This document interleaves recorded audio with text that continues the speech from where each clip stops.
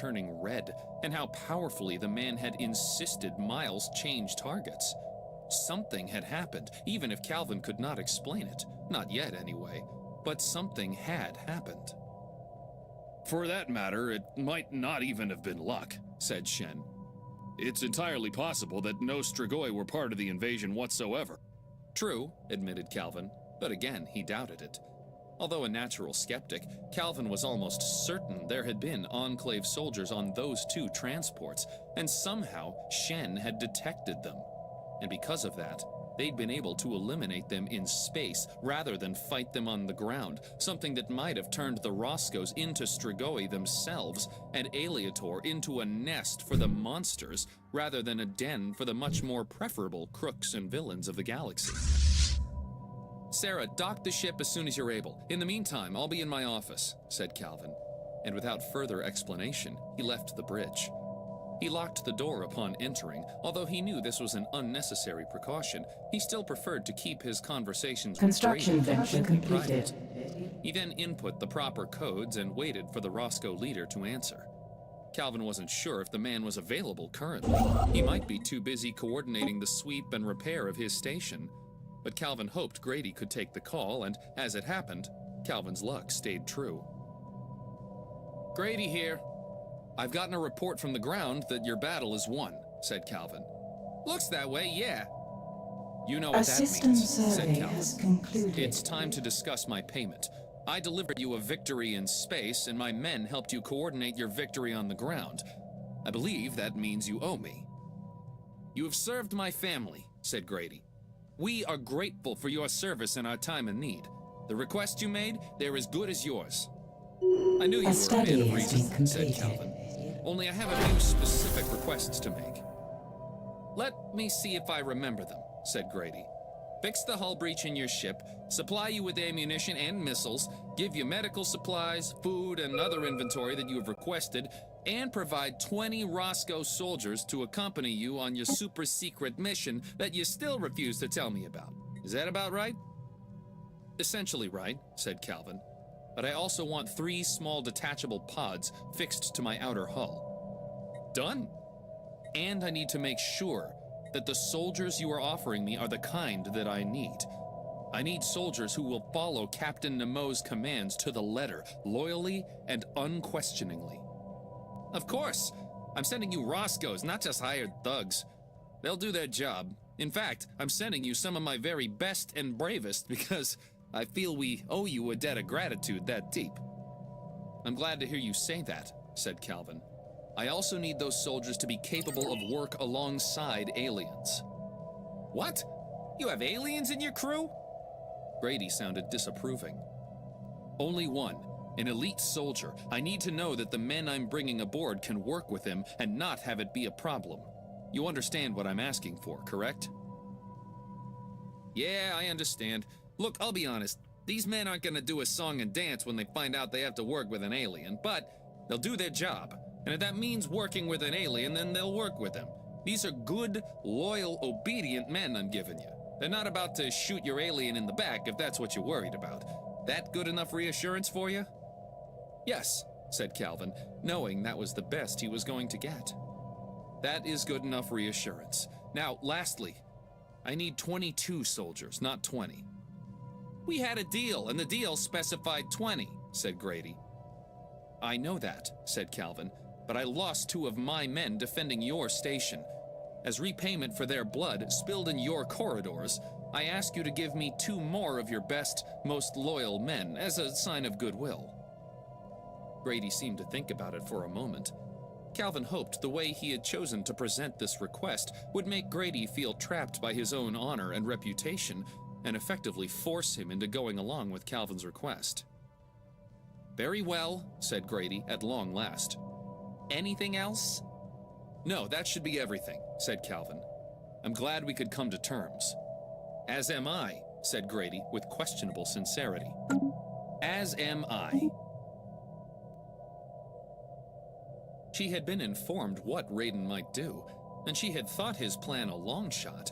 Still, Kalila had ultimately made it possible for Raiden to roll the dice as he had.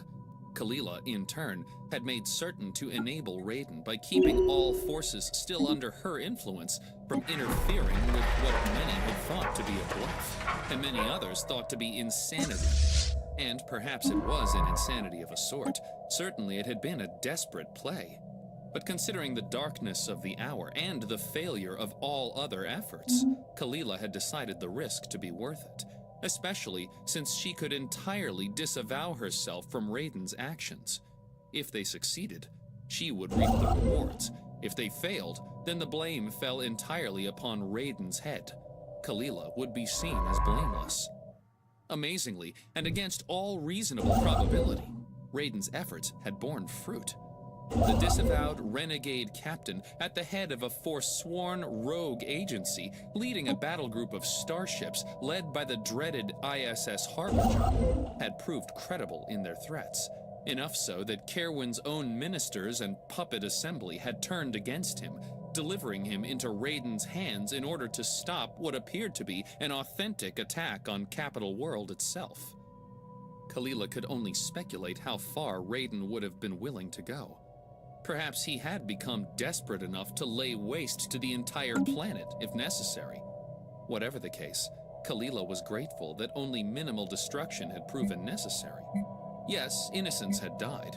According to reports, the death toll was in the tens of thousands, and many of the planet's most important and valuable structures had been reduced to rubble.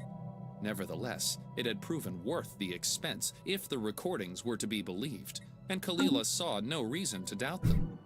The first recording, which she and her senior advisors had watched several times, explicitly showed Raiden execute Kerwin Martell. It was an unlawful execution, no question of it. The man had committed murder. But that did not matter, not to Kalila.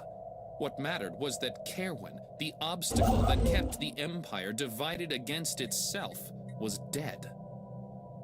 Let them cry foul, she thought. Let them blame Raiden for the lack of due process of law.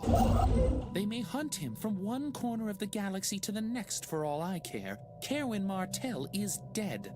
The blame is not mine, and now Construction the Empire venture may be completed. reunited. Do we pardon Raiden? Sir Gregory had asked after the first time they'd watched Raiden's pistol bring a swift, gruesome end to their primary nemesis. It had been a logical question. Raiden had done them an enormous service. It only made sense to scratch the backs of those who scratched yours. However, Kalila knew the political ramifications of pardoning Raiden would weaken her position among those who remained sympathetic to Kerwin. And to pardon The Raiden situation would be log to has been rubber amended. stamp the unsanctioned killing of a political prisoner. That would reflect Council poorly agenda upon ready. Kalila, and so pardoning Raiden remained out of the question. We cannot, she had told Sir Gregory and the rest of her advisors, half of whom seemed to understand while the rest had appeared taken aback. To pardon Raiden would be seen by those whose support we currently most need as a royal sanction of an act that was deeply unlawful and unjust. Unjust, Sir Gregory had protested. Surely Kerwin Martell deserved an even more ignominious end than the one he received. Kalila's feelings had been much the same as Sir Gregory's. Kerwin Martell had committed crimes against her, her family, and most importantly, the Empire, which could never be forgiven or undone. Kerwin deserved to suffer an agonizing death, slow and painful, and he deserved his name to be permanently tainted, spoken only in tones of animosity across all of the Imperial worlds. However, something being deserved and something being a reality often were greatly diverged. Kalila had understood then, as she understood now, that Raiden could never be forgiven for what he had done, nor could he be rewarded, despite how much he had given them and their cause, because Kalila had to remain sensitive to the political reality that existed throughout the Empire. Many who had been sympathetic to Kerwin would not accept her rule easily, and would likely not accept it at all if she endorsed the murder of the man that these political factions had believed to be their legitimate king. Currently, Kalila stood once more with her senior advisors, reviewing a message that had been transmitted from Capital World to all the rest of the Empire. Only this message had not originated from Raiden, who no doubt had long fled the system. Rather, this message had been sent by the Imperial Assembly itself.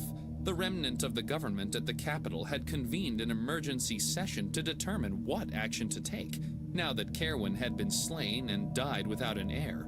And only minutes ago, they had broadcast their intentions and instructions empire-wide. Kalila and her advisors remained silent as they watched the recorded message a second time. It showed the gathered body of the Imperial Assembly, all who remained. They were not in the assembly chamber, which Raiden had destroyed, and instead met in some other large, fancy room that Kalila could not recognize. It could have belonged to any number of elite buildings that densely packed the most valuable real estate in the galaxy.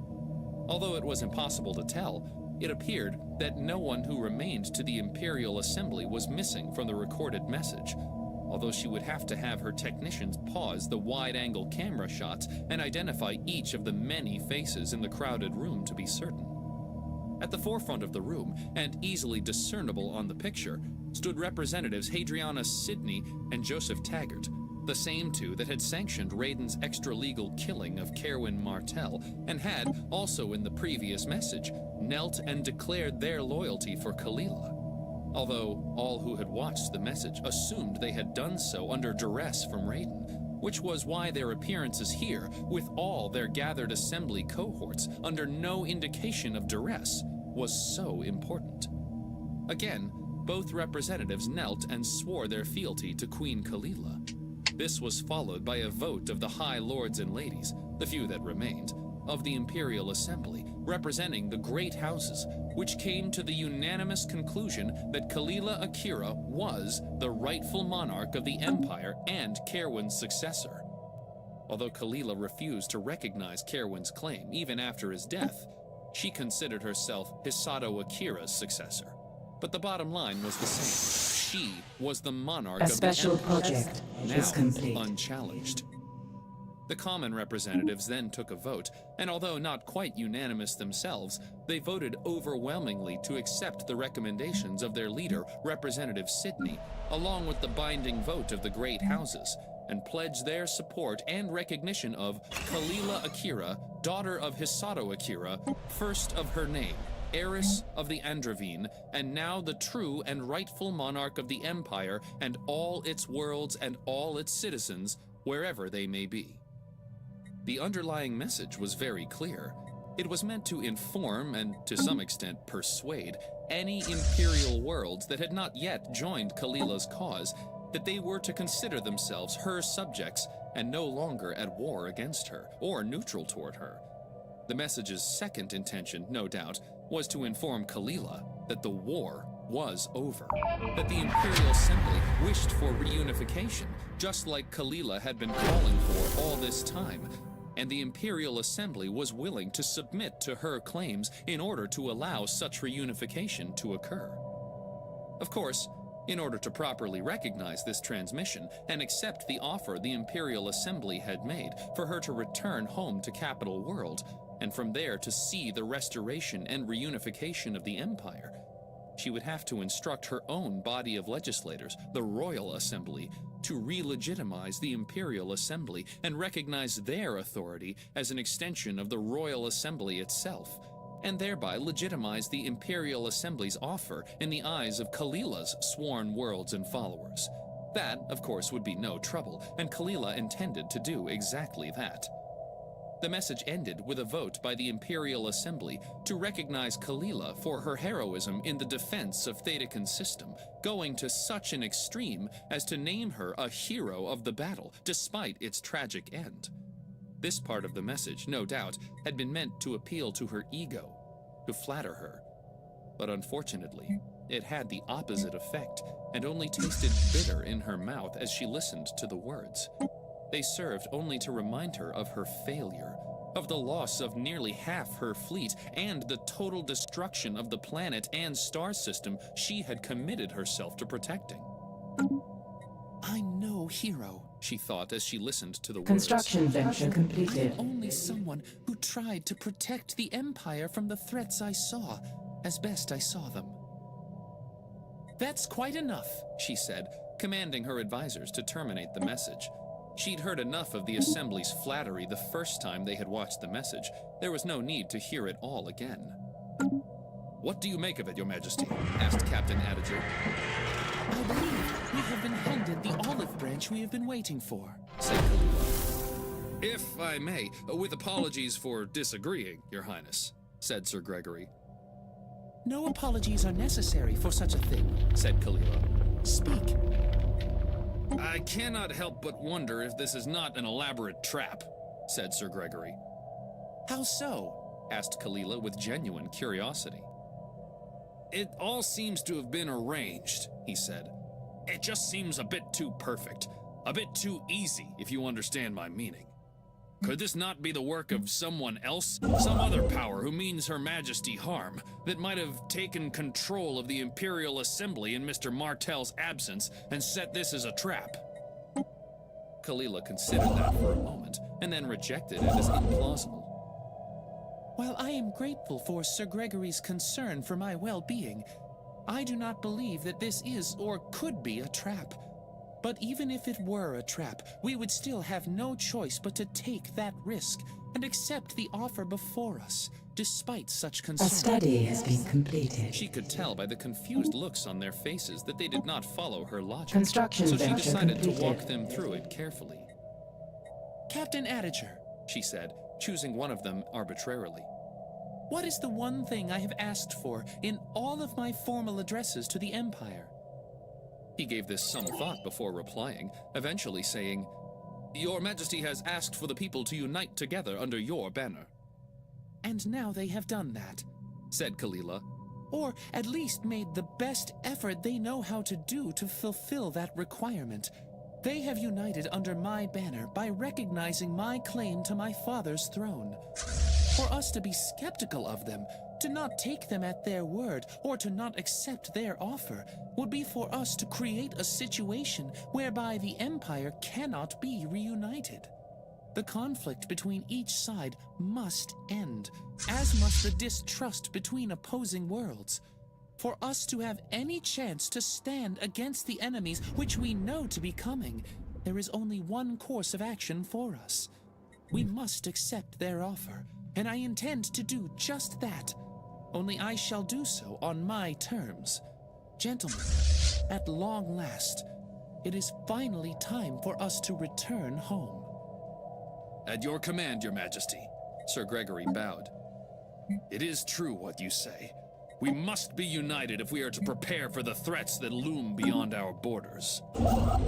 Not only had the Rotham Republic proven their willingness to attack the Empire, although they had been handed a particularly As you can see on the galaxy defeat map, at Theta the borders Consistent. of our empire have Now, expanded to Imperial include the listening system posts where we along the built our rim new were beginning starbase. to pick up distress signals coming from several Polarian colonies.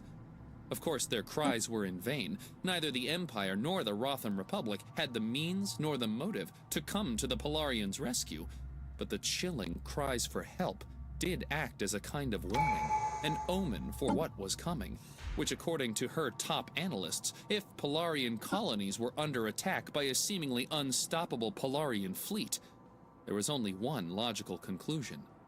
The dread fleet had awoken and was on the move.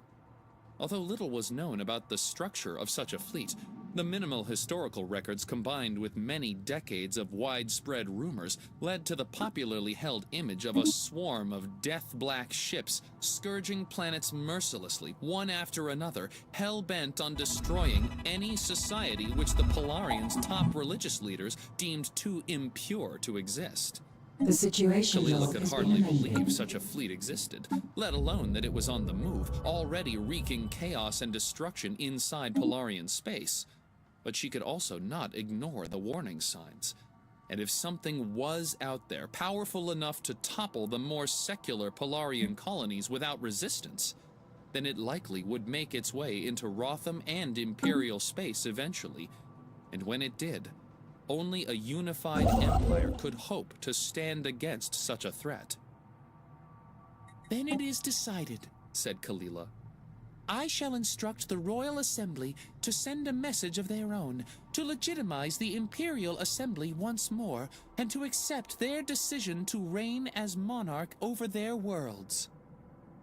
Long last, it is time, she thought. Time for my hour to begin. Time to take my father's throne and to save the empire that I have through my efforts, guided only by the very best of intentions, personally endangered. Now it is time for me to redeem myself and my family. Vessels have been refitted. Humanity. Calvin disconnected what might be his last ever call from Grady Roscoe with a smile. The Nighthawk was ready. Finally ready. True, the repairs had been rushed, and the Roscoes lacked the equipment and expertise to do a perfect job. But under the oversight of the Nighthawk's engineering staff, and with no expenses spared, the shipwrights and equipment of Aleator 1 had managed to fix the hull breach on Deck 4, not just patch it. They had even managed to bolster the Nighthawk's armor where it was weak, damaged, or completely missing. The metals they used were not the perfect alloys that the Nighthawk's schematics called for. They were not quite so strong as what the starship was used to. However, they certainly were better than nothing, and most importantly, none of the work, including the new armor plating, would compromise the ship's stealth system. Or so the Nighthawk's engineers had assured Calvin, and reassured him when he expressed extra concern. "We are going into Polarian forbidden space," he had reminded them. "You had better be damned sure the stealth system is able to work optimally." "Which is why we elected for the materials that we did," Andre Cowan had said reassuringly. "We shall be as invisible as we ever were." Calvin had told Andre that he was going to hold him to it, and he had meant that. Still, the chief engineer's endorsement had gone a long way towards soothing Calvin's jittery nerves, and now that the ship had been fixed, re-armored, resupplied, loaded with weapons, and had taken on 22 Roscoe soldiers, each of whom had brought their own weapons and gear, but were being immediately trained by Captain Nemo in the use of proper jackets, helmets, and firearms. Now, Calvin was eager to return to the stars. He wanted to see where their journey would take them next. Polarian forbidden space had always been one destination out of reach. It inspired the curiosity of every boy and girl everywhere, yet no one could say what was out there. Even the telescopes and other long-range sensing equipment that had tried to penetrate it had been rebuffed by Polarian technology meant to keep their secrets protected. And now, Calvin was going to take his ship, his crew, virtually everyone he cared about, and plunge headfirst into that unknown abyss. It excited every cell in his body, but also filled him with a sickening sense of dread, since no one had ever attempted such a mission before and survived. His office door opened, and Summers entered. "Yes, Summers, what is it?" he asked, standing up himself. "I'm sorry, is this a bad time?" she asked. "No, it's a fine time," said Calvin. "I was just on my way to the bridge." As he walked closer to her, their eyes locked for a moment. Hers were a color of green that truly were uniquely beautiful. He blinked and she glanced away, her face slightly red. "Was there something you wanted to tell me?" he asked, once he was standing next to her, by the door. "I just came to report that all of our officers, including our new soldiers, have come aboard the ship. Repairs are complete and all requested supplies have been received and are currently being distributed to their needed locations by the quartermaster." "I heard as much from Grady Roscoe," An alien said Calvin, society "but I wishes to appreciate the contact report." us. He squeezed past her, feeling his heart go momentarily aflutter at their close proximity as he did so, and then he left the office, entering the bridge. Summers followed. "I have confirmed with every division chief that we are ready to disembark," said Summers. Since she was the XO, it was technically her duty to oversee and manage the ship's personnel, a duty that she had apparently begun to take seriously once more, now that she was no longer the acting Construction CEO. venture completed. Calvin appreciated her attention to duty, so long as she didn't challenge his sometimes unorthodox commands, like allowing 22 Roscoe soldiers to join the Nighthawk's security detail. Other than her initial objection, and occasional plea that he be careful, she had not stood in his way. Calvin took this as a good sign that the two of them had finally struck a feasible working relationship. "Thank you for doing that," said Calvin as he took his seat at the command position. Summers followed him, but remained standing. "Was there something else?" he asked, looking up at her. Somehow he was unable to ignore the portrait-like beauty that was her flawlessly formed face and cascade of golden hair. "What am I thinking?" A special He project berated is himself mentally. complete. I like Rain. I'm with Rain now. At least I think I cannot be having thoughts or feelings for Summers. Besides, gross. He hadn't forgotten how she'd ripped his heart out and betrayed him when the two of them had shared what he had believed to be a romantic moment together. Forget it, he told himself. That's ancient history. Still, it helped him to remember that, if for no other reason than to deflect Summers' otherwise overpowering physical charms. "No, nothing else," said Summers after a pause. She seemed like she had wanted to say more or ask him something, and then, at the last moment, changed her mind. "I'll be below, seeing to the crew, with your leave, of course," she said. Calvin nodded and gestured toward the A elevator. study has been completed. "By all means, Commander." "Thank you, sir." She left, leaving Calvin alone on the bridge with his primary White Shift officers. Something about seeing Sarah at the helm, Shen at ops, and Miles at the defense post gave him a warm feeling, as if all was right with the universe again. "I know White Shift is Construction almost venture over," completed. he said, anticipating the arrival of the next shift's officers. "But before we turn the controls over to the less experienced, let's say we use our last few minutes to get the ship properly underway." Sounds good to me, Cal, said Sarah. "Status report, all stations," he said. "We're clear to disengage from the station at will," said Sarah. "Flight systems and altered space drive are looking sharp." All systems are operating within expected parameters, said Shen. I say we're good to go. "My guns have been refilled and I have a whole pile of new missiles," said Miles. "Shields, stealth, everything looks ready to roll." "And I just received word that everybody who is coming has boarded the ship," said Calvin. "So I see no advantage in further delay. We helped the Roscoes defeat the Khans, we likely destroyed some Strigoi in 2 transports, and we've been fixed, resupplied, and have new soldiers to help protect the ship. I say we're ready. Sarah, release us from the station and accelerate." Releasing us from the station and yawing 180 degrees. Current velocity 20 MCs per second and accelerating, said Sarah. "Move us clear of the station and stand by to engage the altered space drive." Aye, aye, sir. What heading? "New heading is the Charred Worlds," said Calvin. That takes us into Polarian space and near the Rotham border, said Sarah. "Then we better be ready," said Calvin. "Miles, engage the stealth system." "Engaging stealth." The ship moved swiftly away from the station, which Calvin watched on the 3D display. After a moment or two, Sarah announced they had cleared enough distance and were ready to jump. "Punch it," said Calvin. Aye, aye, Cal, said Sarah. A moment later, the stars vanished and all that could be seen out the window was total blackness. ETA to Charred Worlds, 12 hours. "Good job, crew," said Calvin, looking at his friends and best officers with pride. If he was going to tempt fate and venture into Polarian forbidden space, he was glad to be doing so with such skilled officers. And although the fear nagged at him that he might only be getting himself and his friends killed by engaging in such a venture, he resisted dwelling on that possibility. "When Redshift arrives, you are relieved," said Calvin. "In the meantime, I'll be below. Sarah, you have the deck until Redshift relieves you." Aye, aye. With that, Calvin left the bridge, punching the elevator for Deck 3. Calvin's quarters were on Deck 5, but rather than go and get some much-needed rest, he decided on other plans, and before long found himself entering the infirmary. Unlike when he'd awoken here not too long ago, after being plucked from the alien vessel, there wasn't a heavy presence of medical personnel. A skeleton shift of medics was treating 2 of the Roscoe soldiers for Vessels have minor been injuries. refitted. In all, Calvin saw Dr. Andrews, another medic he didn't recognize, and, to his delight, Dr. Rain Pointer. "How are you, men?" asked Calvin, approaching the Roscoes, and somewhat advertently, Rain, who was attending to them. A system survey has "Sir, concluded. none the worse for wear," reported one of them. I'm fine now, sir. Thank you for asking, replied the other. The two Roscoes were both young, about Calvin's same age, and both were of a height and sported similar brown hair, brown eyes, and facial complexions.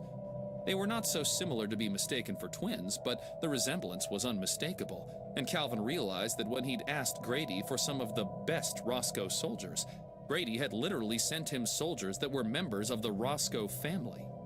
Sure, they were probably distant cousins, far removed from any meaningful inheritance, but they had the lofty privilege and sense of style based on their well-tailored suits to be actual Roscoe family members. Only then did Calvin fully appreciate the sacrifice Grady had made to repay Calvin. Glad to hear you're both doing well, said Calvin. He shook their hands, happy to see that neither was being treated for a hand injury. What are you in here for? They told him. One had a burn on his left calf from a grazed bullet, and the other had cut himself on the forehead somehow. Both injuries had been properly treated and bandaged by the look of it. Is that the extent of your injuries? Asked Calvin, wondering if any of his new soldier platoon had boarded the Nighthawk in need of recuperation and medicine. So far, sir, said the slightly taller of the two Roscoes. Well, I'm glad to hear it. Construction and to see that the two of you are in completed. ship shape, said Calvin. I'm the CO. My name is Calvin Cross, the taller one interrupted. He then apologized for the interruption and explained. A study Grady has told been us about you, completed. how you're a friend of the family and that we're to do whatever you tell us to do. Well, whatever Captain Nemo tells you to do, said Calvin, wanting to correct Construction here venture and now what completed. could later prove to be an important distinction. As you say, sir, replied the shorter one. The taller one nodded. Now, it seems to me that the two of you have me at a disadvantage, said Calvin, smiling. I'm Eddie Roscoe, said the taller one, shaking Calvin's hand once more. And I'm Gabriel Roscoe, said the other. Calvin nodded. I'm pleased to meet you both, and eager to meet the other 20. Are all of them Roscoe family members, or just some of you? Every last one of us, said Eddie Roscoe, to a man. That was very generous of Grady, said Calvin. His eyes, without helping it, kept darting between the men and Rain during this whole conversation, and finally, he couldn't take it anymore.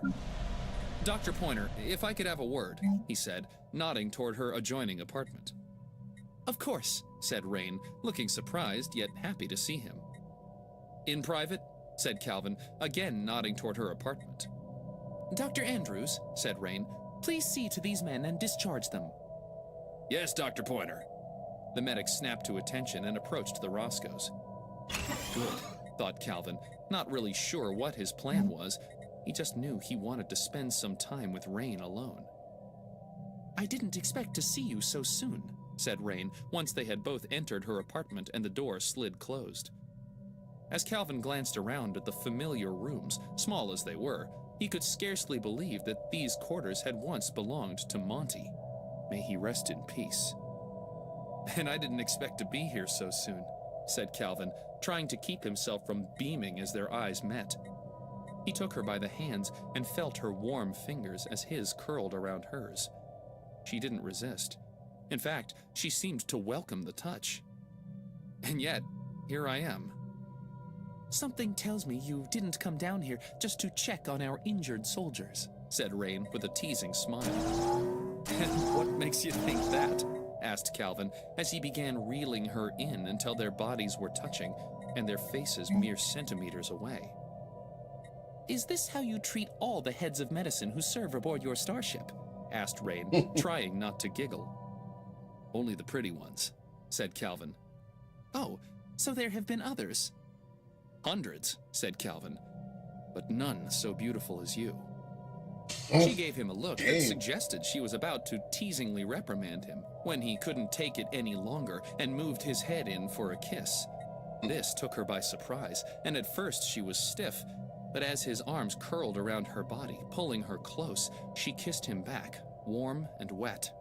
Slowly building, their affection became increasingly intense until clothes started to be removed, starting with his shirt. He was about to go for hers. Fair's fair, he said, when the chime rang. Oh, just ignore it, said Calvin, still feeling like a hunter. He went for her, but she stopped him as the chime rang again. Of all the times for this to happen, thought Calvin, feeling a wave of frustration.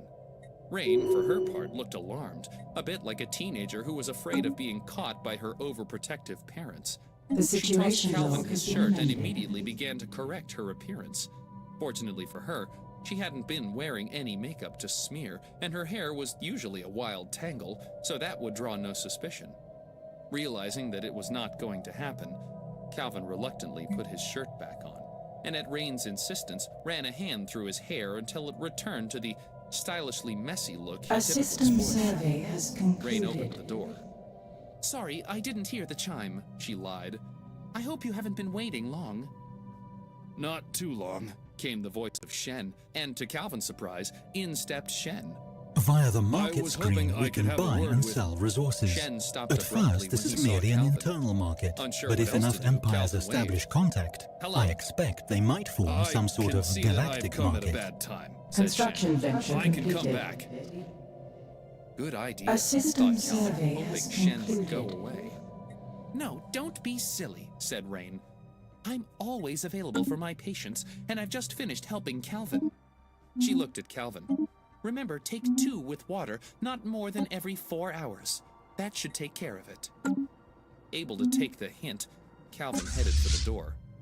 Thanks, Doc, he said with a wave. See you around, Shen, he added. As Calvin left the infirmary and headed toward his quarters to get some shut-eye, he wondered what business Shen had with Rain. Calvin remembers what Summers had said, that Rain had been the one to cure Shen of his otherwise fatal Remoriae infection, and Calvin suddenly felt rather selfish. If Shen is seeing Rain, it could be something serious, he thought. I sure hope it isn't. Chapter 8. And that is why I've decided to promote you from ordinary private to private first class, said Nemo. He sat in his office back aboard the Nighthawk, the same office that had previously belonged to Captain Pellew, and before him, Major Jenkins. Considering how many changes in ownership the office had had, Nemo took it as a sign that the position of Special Forces Commander was especially dangerous, at least aboard the Nighthawk. Yes, sir, said the soldier, standing at attention on the far side of the desk. Thank you, sir. Before I dismiss you, said Nemo, paying careful attention to PFC Merrill's eyes as he spoke. I do have one more question for you, regarding the action we just returned from. Sir, yes, sir. I assigned you to hold against the enemy along with soldiers Ali, Rodriguez, and Ferrero, isn't that correct? Sir, yes, sir. Did you ever become separated from them at any point? One time, sir. When and why did that happen, soldier? Asked Nemo. After Rodriguez went down, it was just me and the lieutenant left.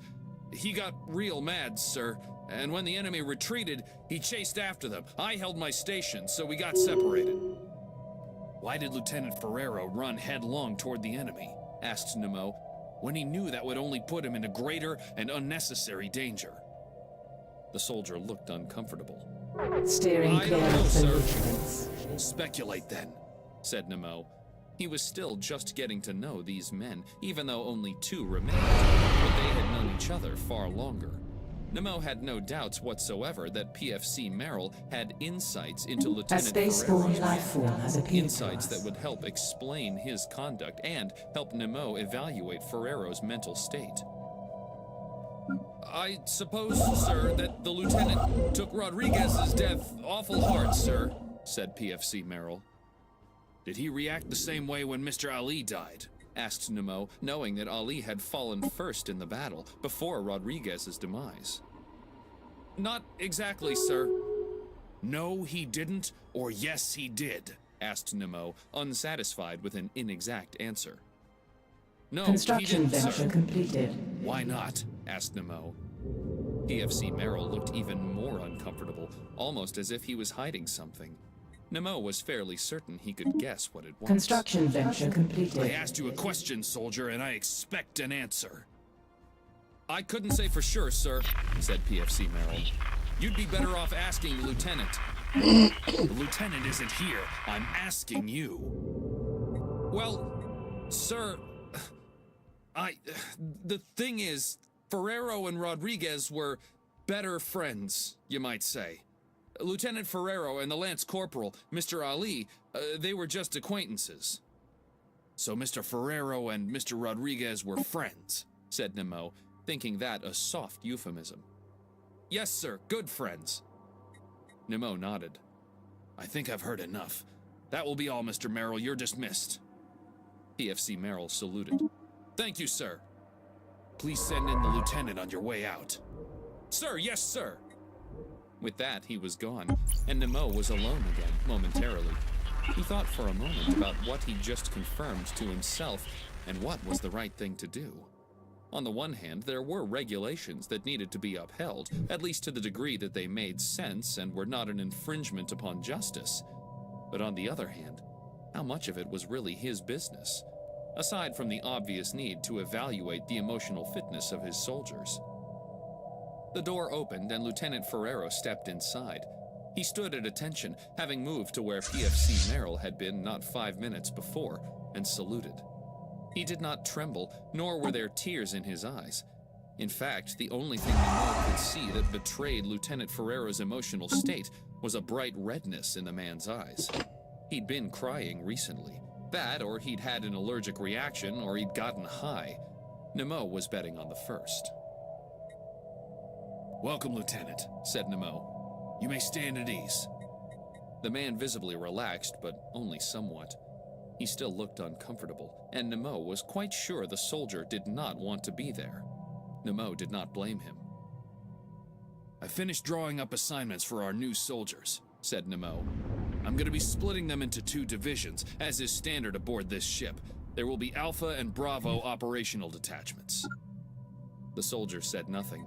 He kept his eyes attentively on Nemo, but not having been asked a direct question, elected to remain silent. Before I go any further into the specifics of that, said Nemo, I would like your official report regarding the action on Aleator 1. I have no official reports, sir, said Lieutenant Ferrero. Then describe your experience for me, soldier. I took Ali, Rodriguez, and Merrill to the forward position you assigned us. We accepted command of the ranking Roscoe soldier, moniker Alpha 2. We did this by your instructions, sir. There we met the enemy. There were a series of engagements. We continued to fall back from one defensive position to the next until reinforcements arrived and overwhelmed the enemy. The enemy attempted to retreat, but were cut off and surrounded. Some of them surrendered, but most of them were gunned down. It was a slaughter, sir. Very simple, said Nemo, thinking Lieutenant Ferrero's report had an obvious, detached quality to it. Aren't you missing some details, such as what happened to our soldiers? Lance Corporal Ali and PFC Rodriguez were killed in the battle. Ali died first, sir, then Rodriguez. Private Merrill and myself sustained no injuries. When Mr. Ali died, how did he Construction die? venture Asked Nemo. completed. He watched Lieutenant Ferrero carefully, paying special attention to his body The language and tone situation of log voice. has been amended. He was killed by enemy fire, sir. 2 shots penetrated his neck, maybe more. I didn't get to examine him. We were in the process of falling back. And when Mr. Ali died, what did you do? I fell back, following orders. I see, said Nemo. And when Mr. Rodriguez died, how did that happen? There was a long pause before Lieutenant Ferrero spoke. However, when he did, he managed remarkably to keep his voice collected and calm. We were prone at the last defense position with orders not to retreat any further, said Lieutenant Ferrero slowly. The enemy stormed our position in what was supposed to be overwhelming numbers. There was chaos, and then I noticed Diego, I mean Rodriguez, he was not responding to my command to move. I looked to my right, and... His voice cracked, despite his every noble effort to force it to sound neutral. You saw that he was dead, Nemo said, finishing it for Ferrero so he wouldn't have to recount those details. Ferrero recounted them anyway. He'd been shot in the face, sir, multiple times. Ferrero's eyes narrowed as he spoke. He gave Nemo a chilling stare, but Nemo didn't flinch. And then what happened? Asked Nemo. Then, I led the charge against the enemy, said Lieutenant Ferrero. Reinforcements arrived and we pushed a counterattack. It was successful. When you charged, had reinforcements arrived? Or did that happen afterward? I'm not sure. That's interesting, said Nemo. Because PFC Merrill, yes, I promoted him. He swears to me that you charged before the reinforcements arrived. He said there was no way you could have known that reinforcements were almost there. Lieutenant Ferrero looked trapped. Then I guess that is how it happened. I'm not going to argue with PFC Merrill. Why did you charge? Asked Nemo. I was strongly motivated to defeat the enemy, sir. Nemo looked at him shrewdly. Strongly motivated because of the death of Mr. Rodriguez. Yes, said Lieutenant Ferrero unapologetically. I had lost 2 soldiers under my command. I'm sure you know what that feels like, sir. How that can eat you up all of a sudden, and take over.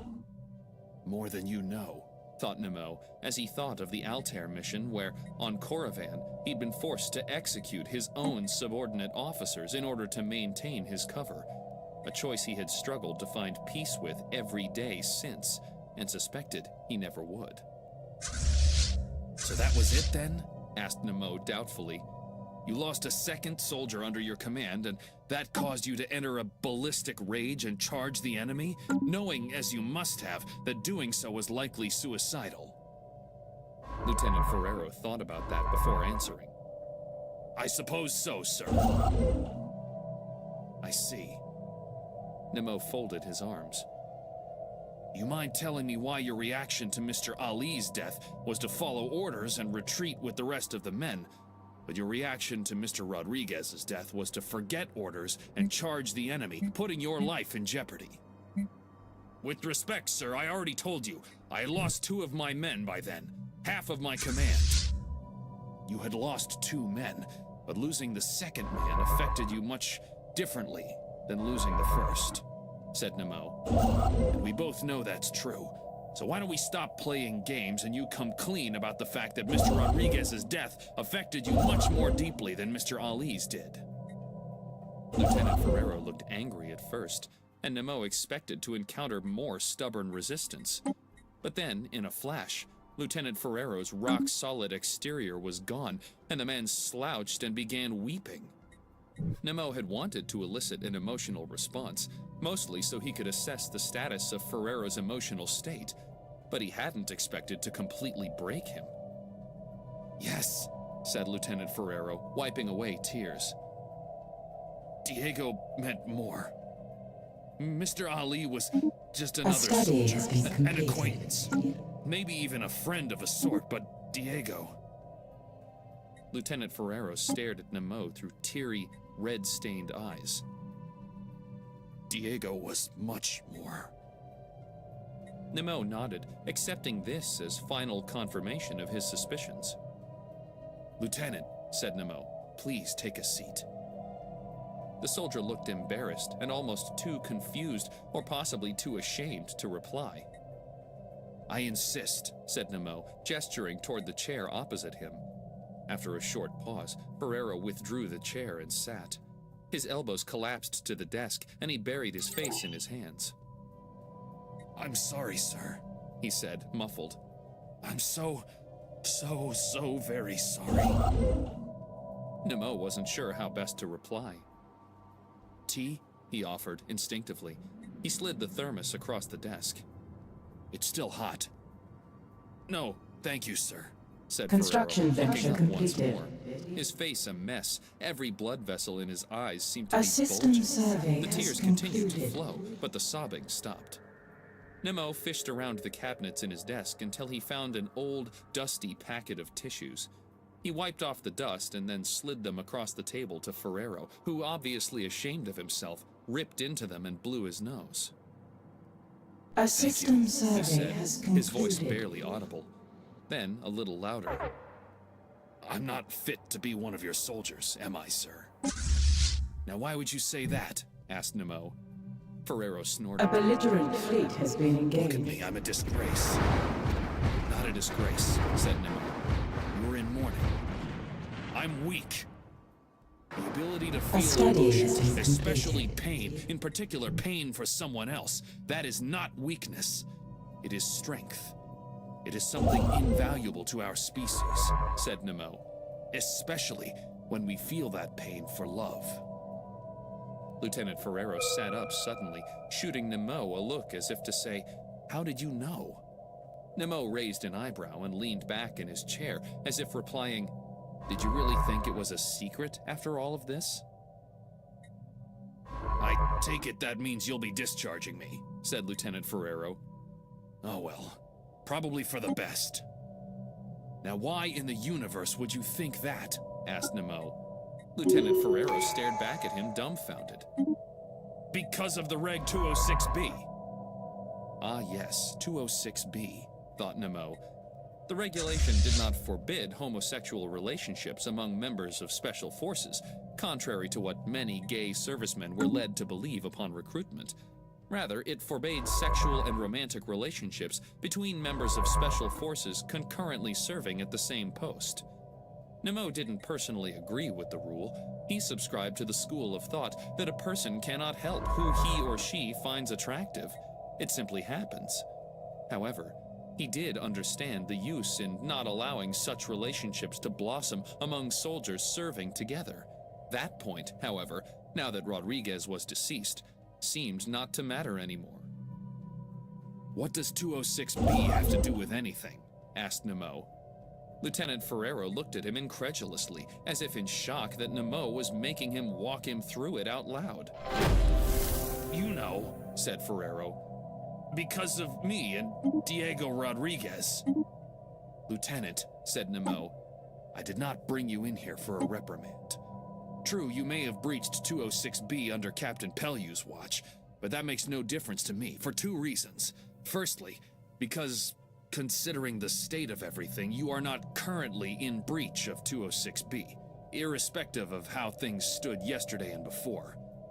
And secondly, because whatever you and Mr. Rodriguez had, which you unfortunately had to keep secret about, was undoubtedly something beautiful and rich and a wonderful part of the human experience.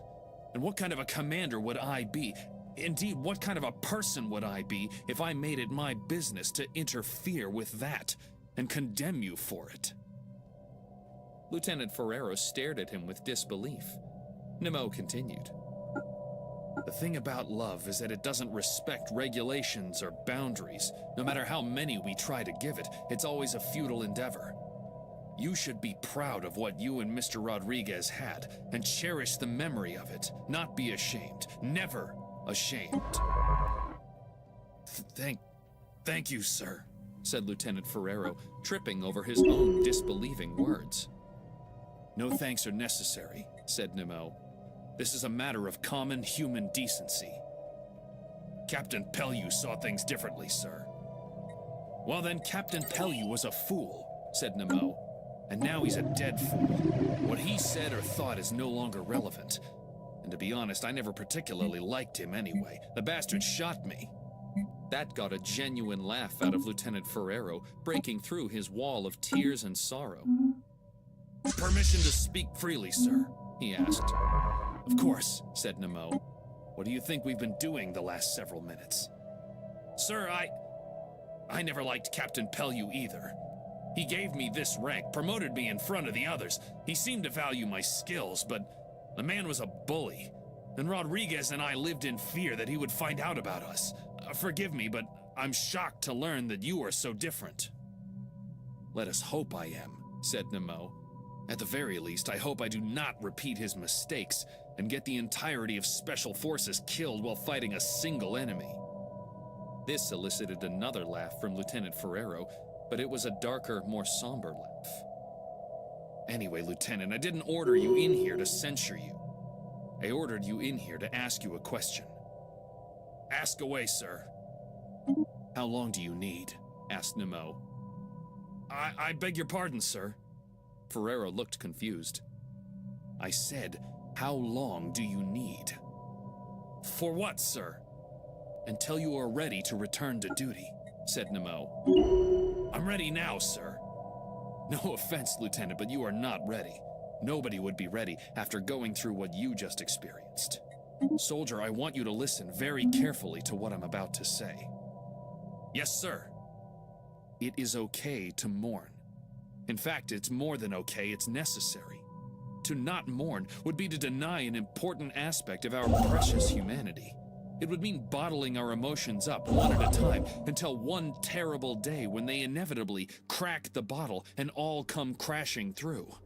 I will not have that among my soldiers. Therefore, I am ordering you to take a few days, mourn and collect yourself. Then, and only then, will you return to duty as Commander of Operational Detachment Bravo. But until such time, I'm asking you again, how many days do you need? 2, sir. And thank you, sir. 2 it is. Lieutenant Ferrero stood up and saluted. And soldier, said Nemo, when you report back to me in 2 days, you will be ready for action, with nothing bottled up. Is that clear? Crystal clear, sir! Very good. You're dismissed. That's what I'm saying, said the doctor. I don't think it's anything to overly worry about. Keep an eye on it, report any symptoms, but don't overly worry. You're not dying, I promise you that.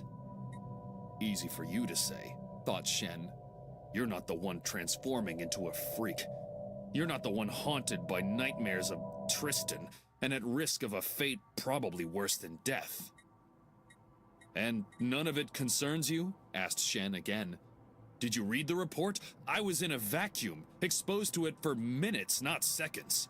Yes, I did eventually get some air and protection from a dead soldier's climate suit, but I was exposed for a long time.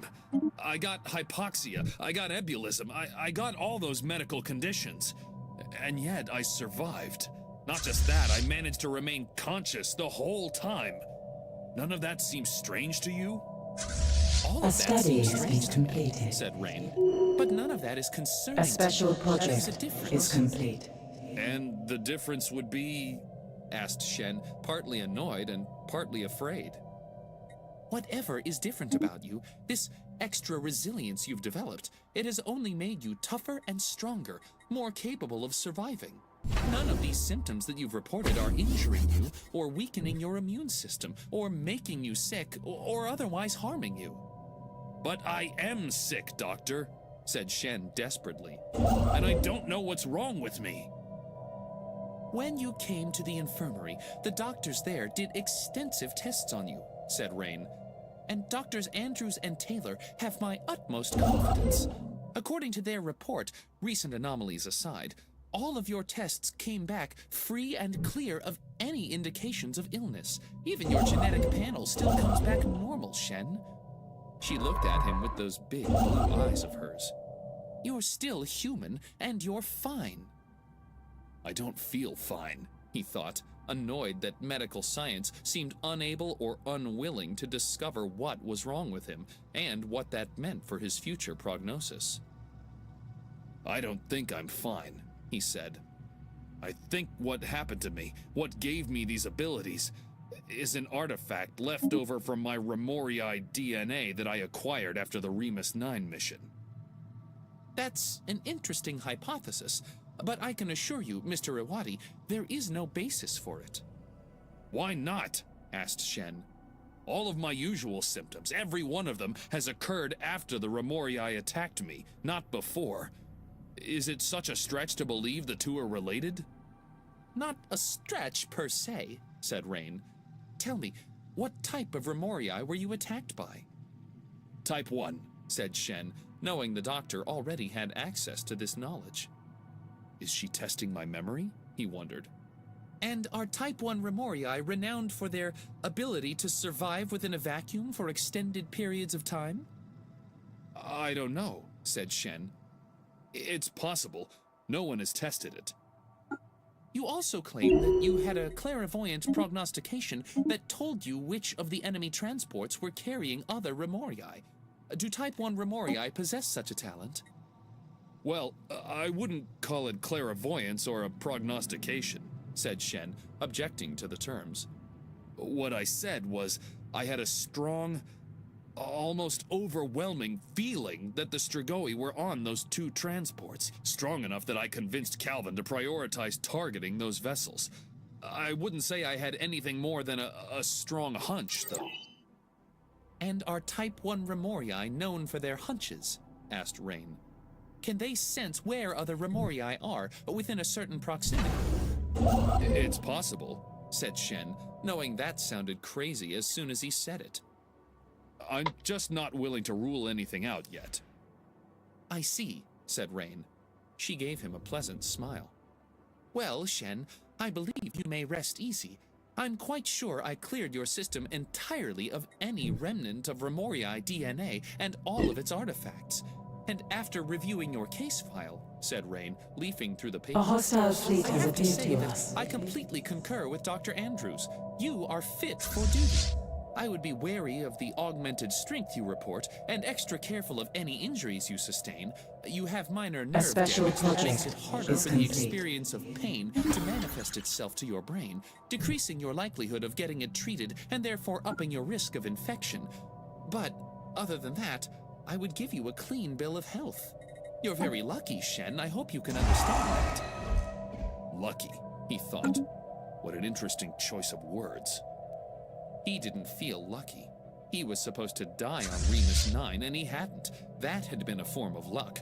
And while transitioning into a Remorii, he should have died, only to be miraculously saved by Rain in the nick of time. That, too, he supposed, was luck. But where did it leave him? Still not quite human, still not quite able to be understood, or to have any clue as to what terrible thing might be in store for him next.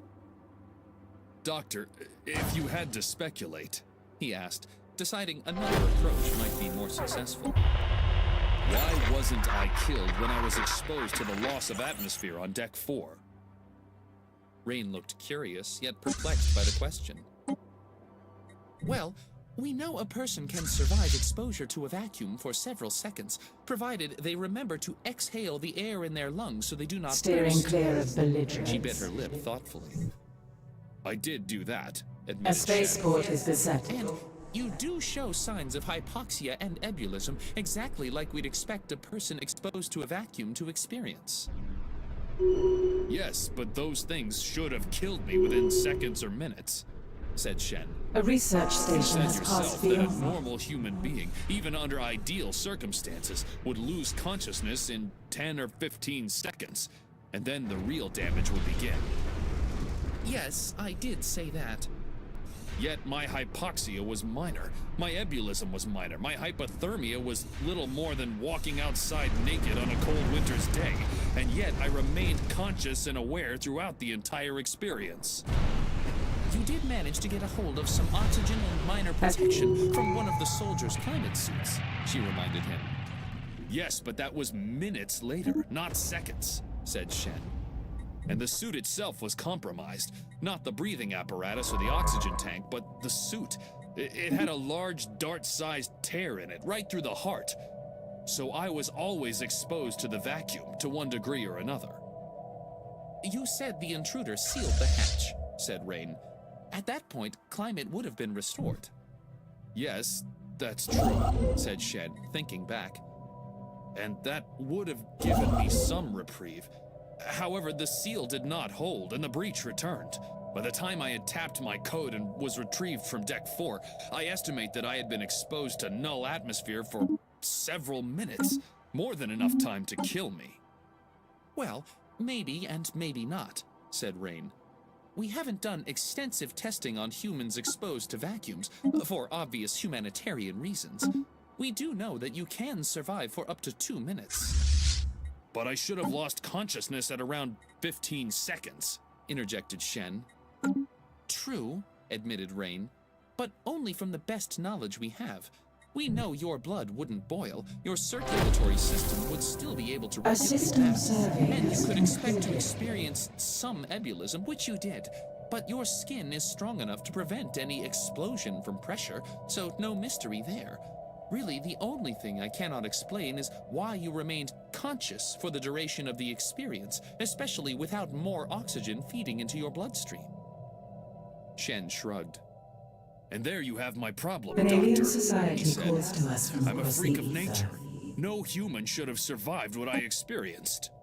Not a freak, Rain corrected him. Gifted, perhaps. Lucky even, but not a freak. So you think there's a rational, human explanation for what happened to me? Or rather, what didn't happen to me? There's always a rational reason, said Rain. As for the rest, we just have to have faith we can identify what that reason is. But the way I see it, we should both be glad you did survive, however miraculously, and consider that a blessing instead of a curse.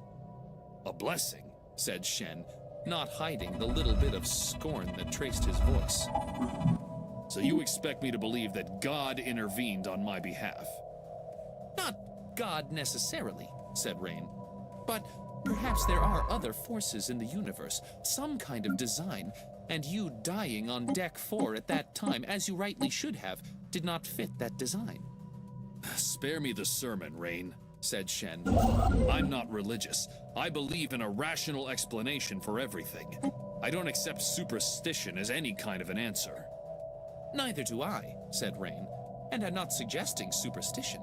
I'm suggesting that there might be causes and effects which resulted in your survival, so minute that we cannot identify them. Not yet. But that doesn't stop the possibility that some force or purpose, call it providence, say, did not intervene on your behalf. Shen had heard enough of this. He'd hoped his doctor, the one who had cured him, would be able to make sense of what had happened.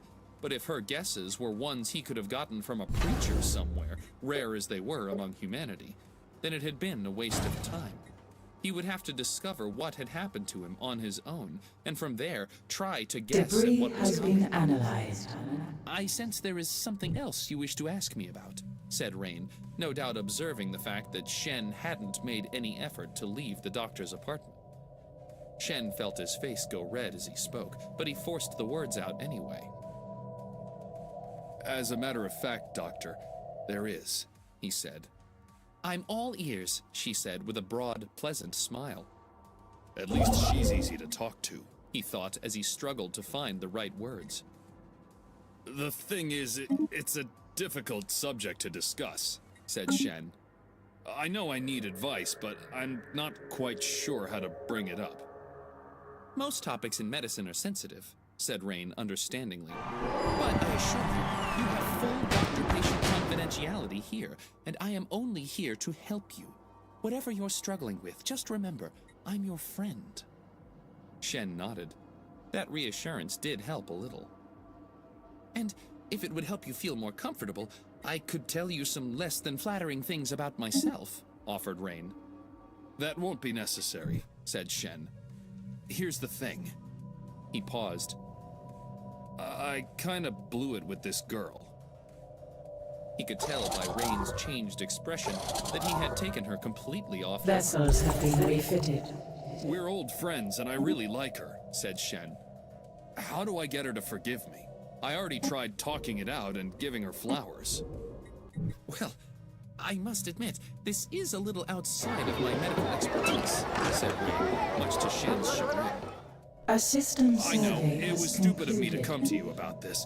It's just, you're the nearest thing to a ship's counselor that we have aboard. Construction But venture I'm completed. sorry for wasting your time. No, not at all, said Rain. I was going to say, this is a subject outside of my medical expertise, but I still know a thing or two about it, and I'd be happy to help. Shen's look of disappointment transformed into a cautious, nervous smile. Really? Of course. Now tell me, what did you do to wrong this girl? I've been rude to her, A said system Shen, ashamed survey of has himself. concluded. I've pushed her away, tried to keep some distance between us, mainly because Council I believe agenda she ready. deserved better than me, and because I thought of myself as a monster. And you don't think of yourself as a monster anymore? Asked Rain. When Shen didn't reply immediately, Rain added, This part is very important, Shen. How you see yourself will affect how others see you. No, I suppose I don't. He said, looking at his hands as if imagining them stained in blood. There was something wrong with him, A and he system probably survey was has no good for concluded. Sarah. but something else inside him burned, and he knew that being with her, or trying to be with her, was what he wanted most in this life, however short or long it lasted.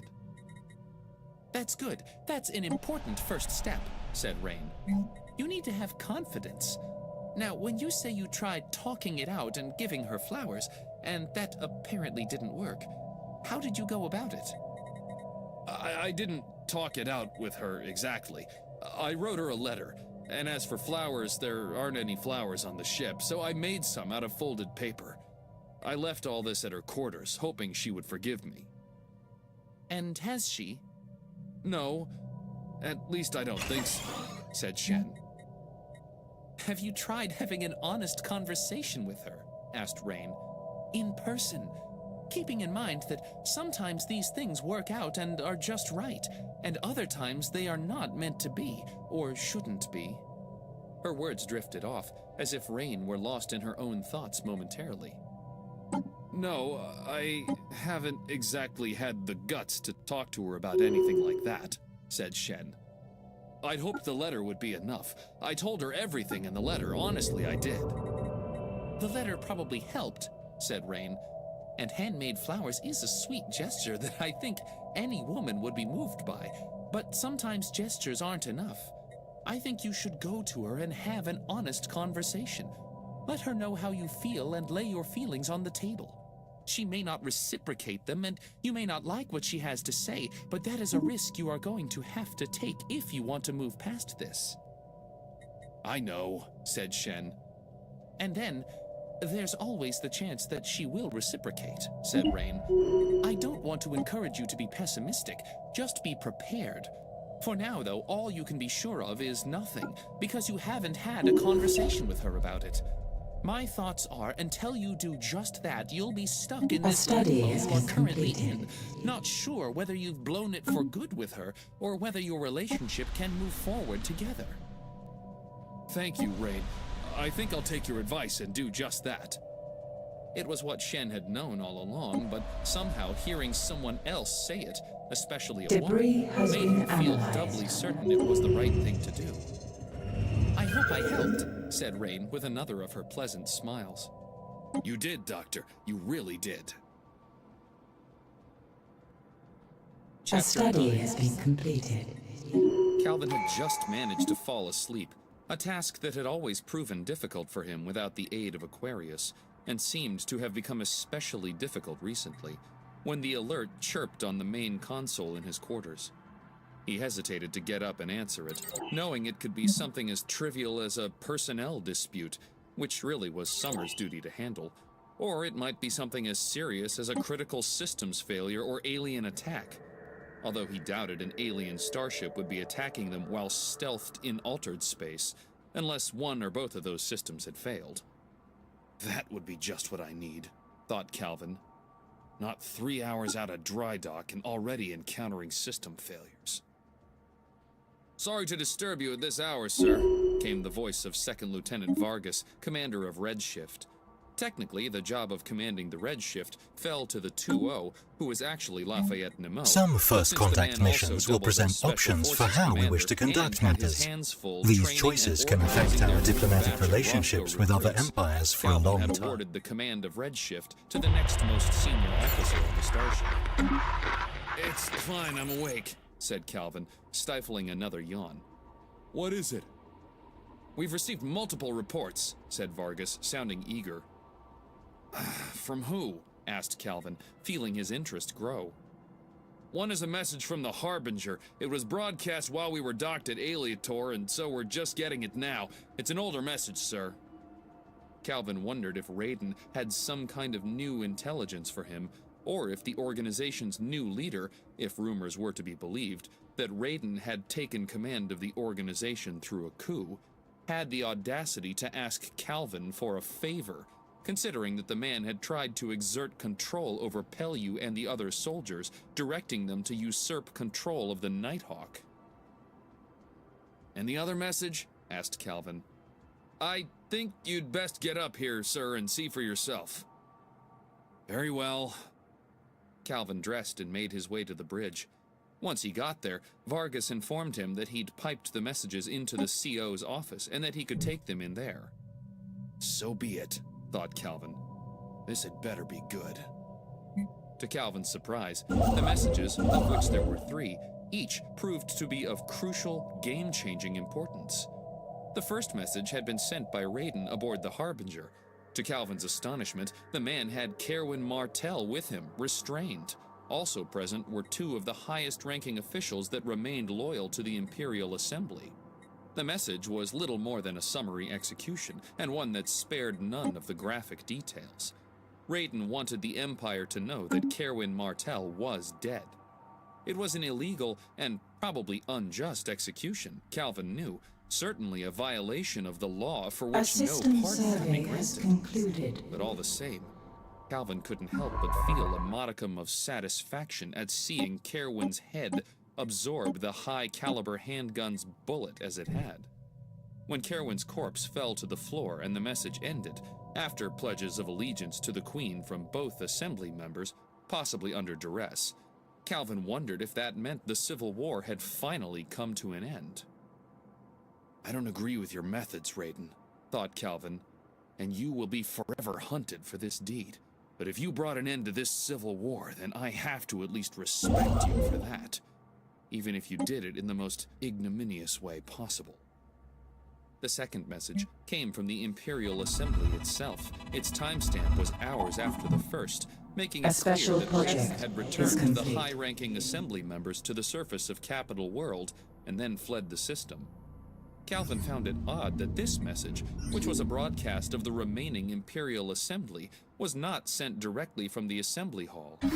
And then he realized that, as part of his campaign of terror, which had forced the planet to surrender Kerwin Martell into his custody, Council agenda Raiden must available. have leveled the Assembly Hall, along with who knew how many other buildings and homes.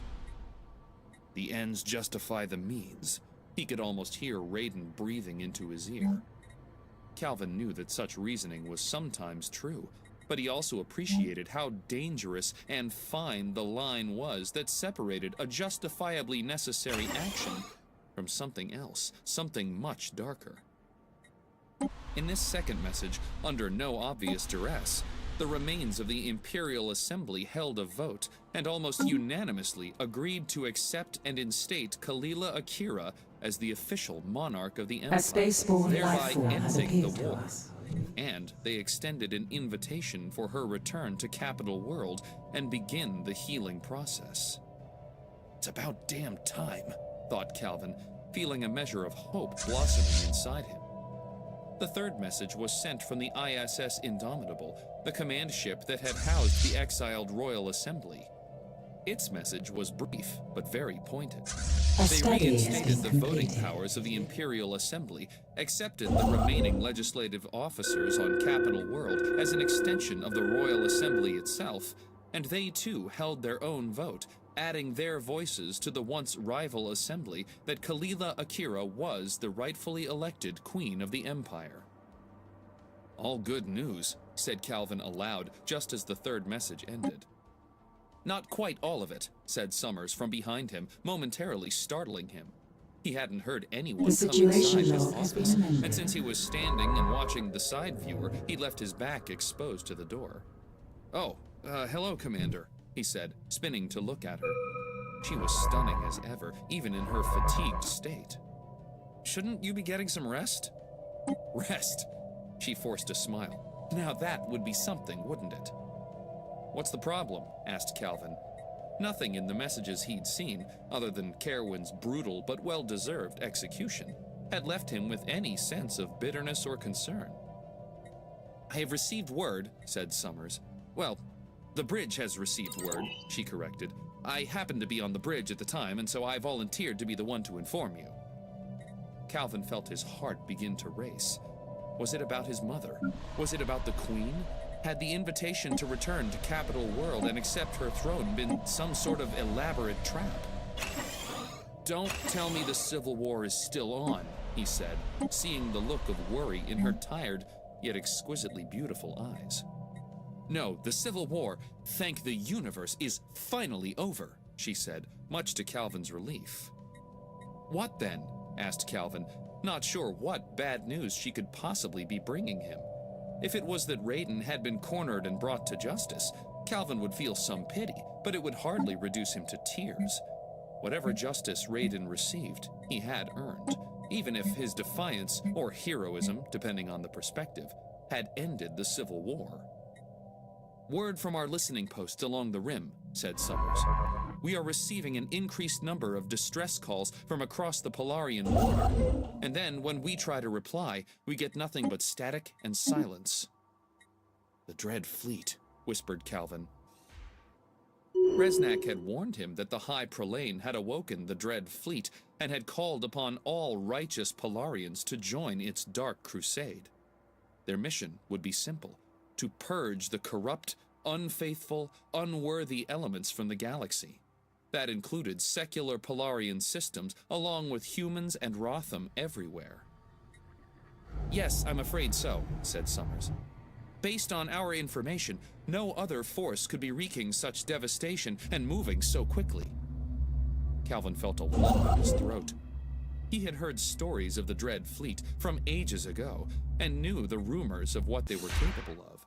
Violence to the point of total annihilation of a planet, and they had never, not even once, offered quarter to any system that fell within their sights, including systems that had tried to surrender or convert to their fanatically religious Construction ways. venture completed. It was also said that the Dread Fleet, although no human knew what the fleet looked like in truth, was supposed to be an overwhelming force, and one that had never been defeated in A battle. system survey has concluded. Perhaps they're only purging Polarian systems, said Calvin.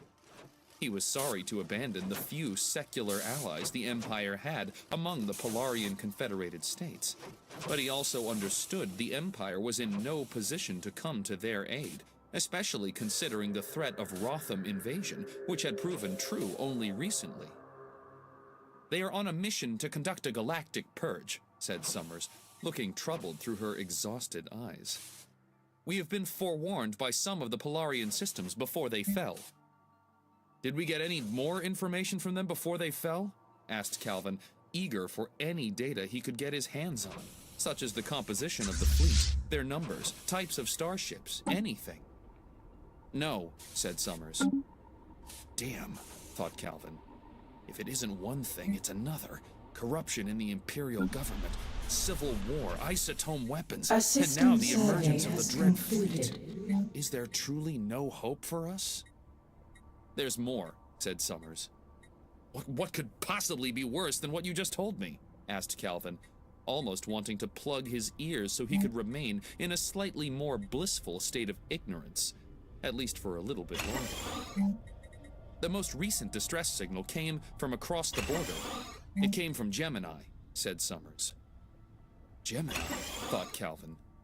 It hadn't been that long since he'd been there, truly, and witnessed the engineering marvel that was the mighty orbital conglomerate that floated high above the exhaustively mined planet.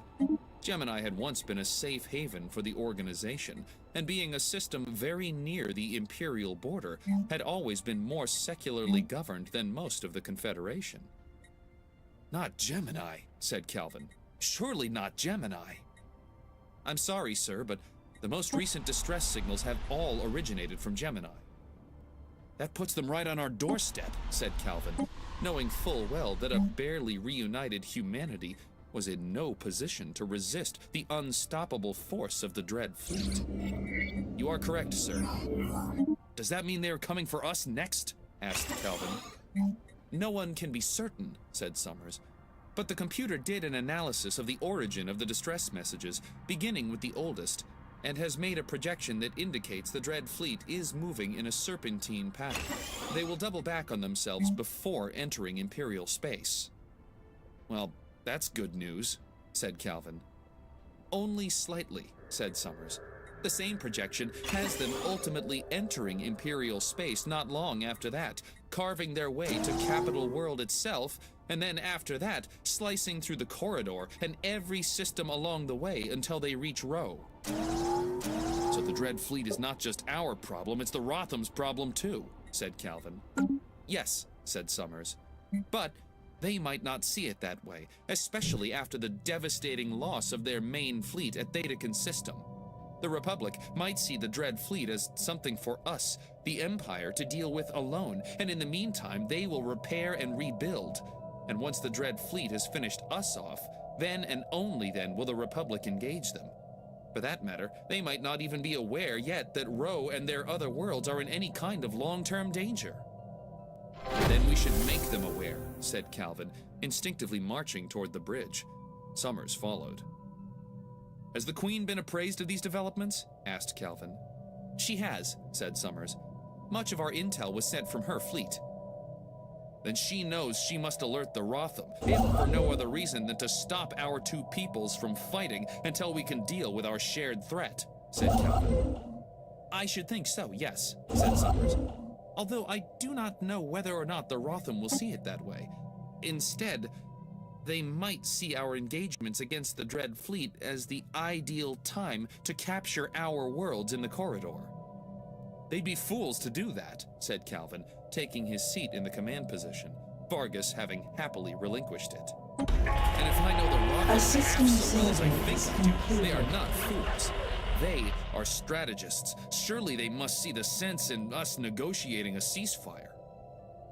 I would say this is a matter for the Queen to determine, said Summers. I quite agree, said Calvin. In the meantime, that makes our mission all the more important. Sir, asked Summers, in light of this new information, you still plan to proceed into Polarian forbidden space? Yes, Commander, said Calvin. Now more than ever. He was surprised by her surprise. Considering the proximity and the seriousness of the threat, don't you think it would be wisest for this ship to join with the rest of the Imperial fleet and mount a resistance together, combining all of our strength? I don't doubt the Nighthawk could do some serious damage in such a battle, admitted Calvin. But once we start taking fire, we're done for. And then what will our sacrifice mean?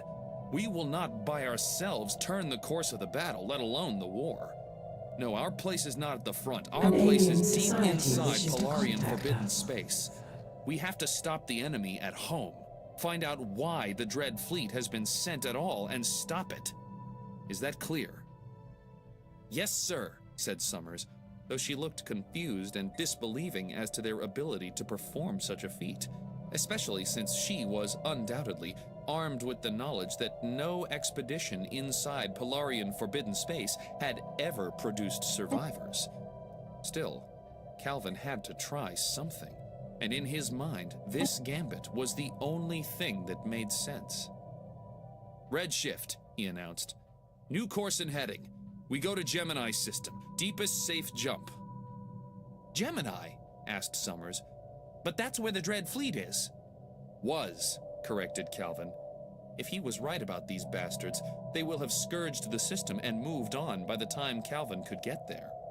With any luck, they will have left some signs as to their numbers and firepower, perhaps even other intelligence that he could feed the Queen that might prove useful in Our humanity. intel level with this empire is dropping. We don't know what we We will risk find when we losing get the there, information said we have Summers. previously It gathered could be about them. anything. It could indeed, said Calvin. Defense, keep our stealth system engaged. Pilot, get us underway as soon as possible. Aye, aye, sir. They both acknowledged him. And if we get there and the Dread Fleet hasn't left, asked Summers, what is your plan? Do you mean to engage them?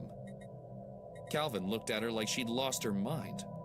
Are you The mad? species screen If we lists get there all and they're types of still there, nominally then we'll intelligent observe beings we them. have encountered. And if there's We can even toggle the species tiniest to indication display that only they can citizens of detect our us despite empire our or stealth, then unknown we'll run denizens like of the hell. galaxy. That is the plan. Here As is Shen something that you walked the perhaps corridor, didn't know. slowly rounding the path towards Sarah's quarters, hoping not to catch her sleeping already, he reflected upon what had brought him here. He had always liked Sarah.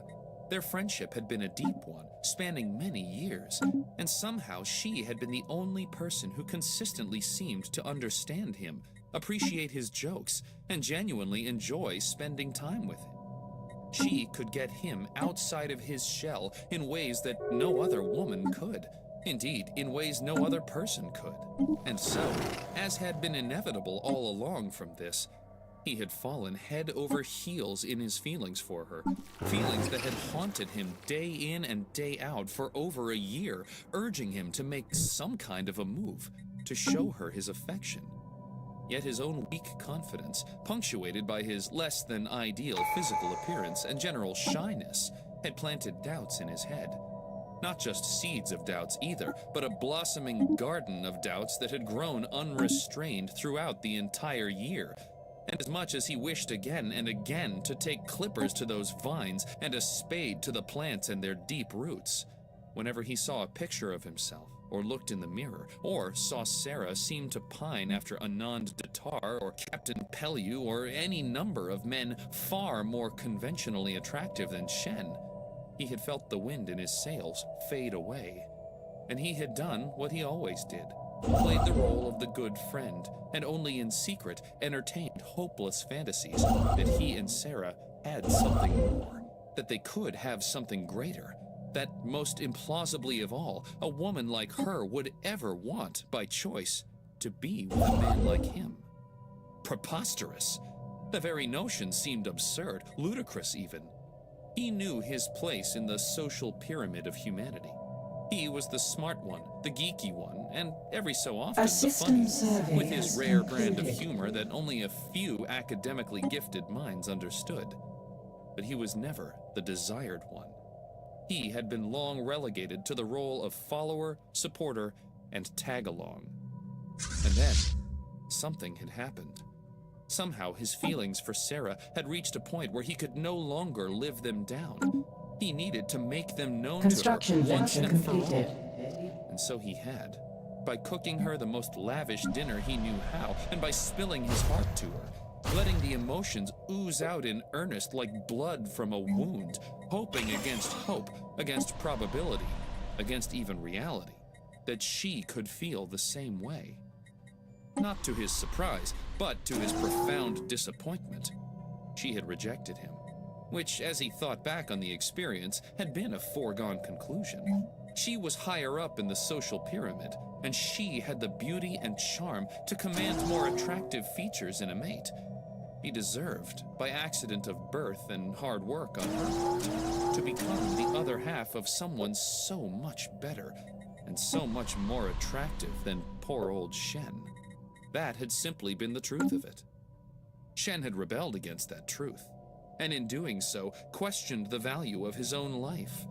If the cards of reality and genetics were to be so stacked against him that he was forced to live next to and work beside the very person his heart most desired, but could never touch her, take her, or demonstrate his feelings to her, and most painfully of all, never experience her demonstrating those feelings toward him, then what was the point of going on?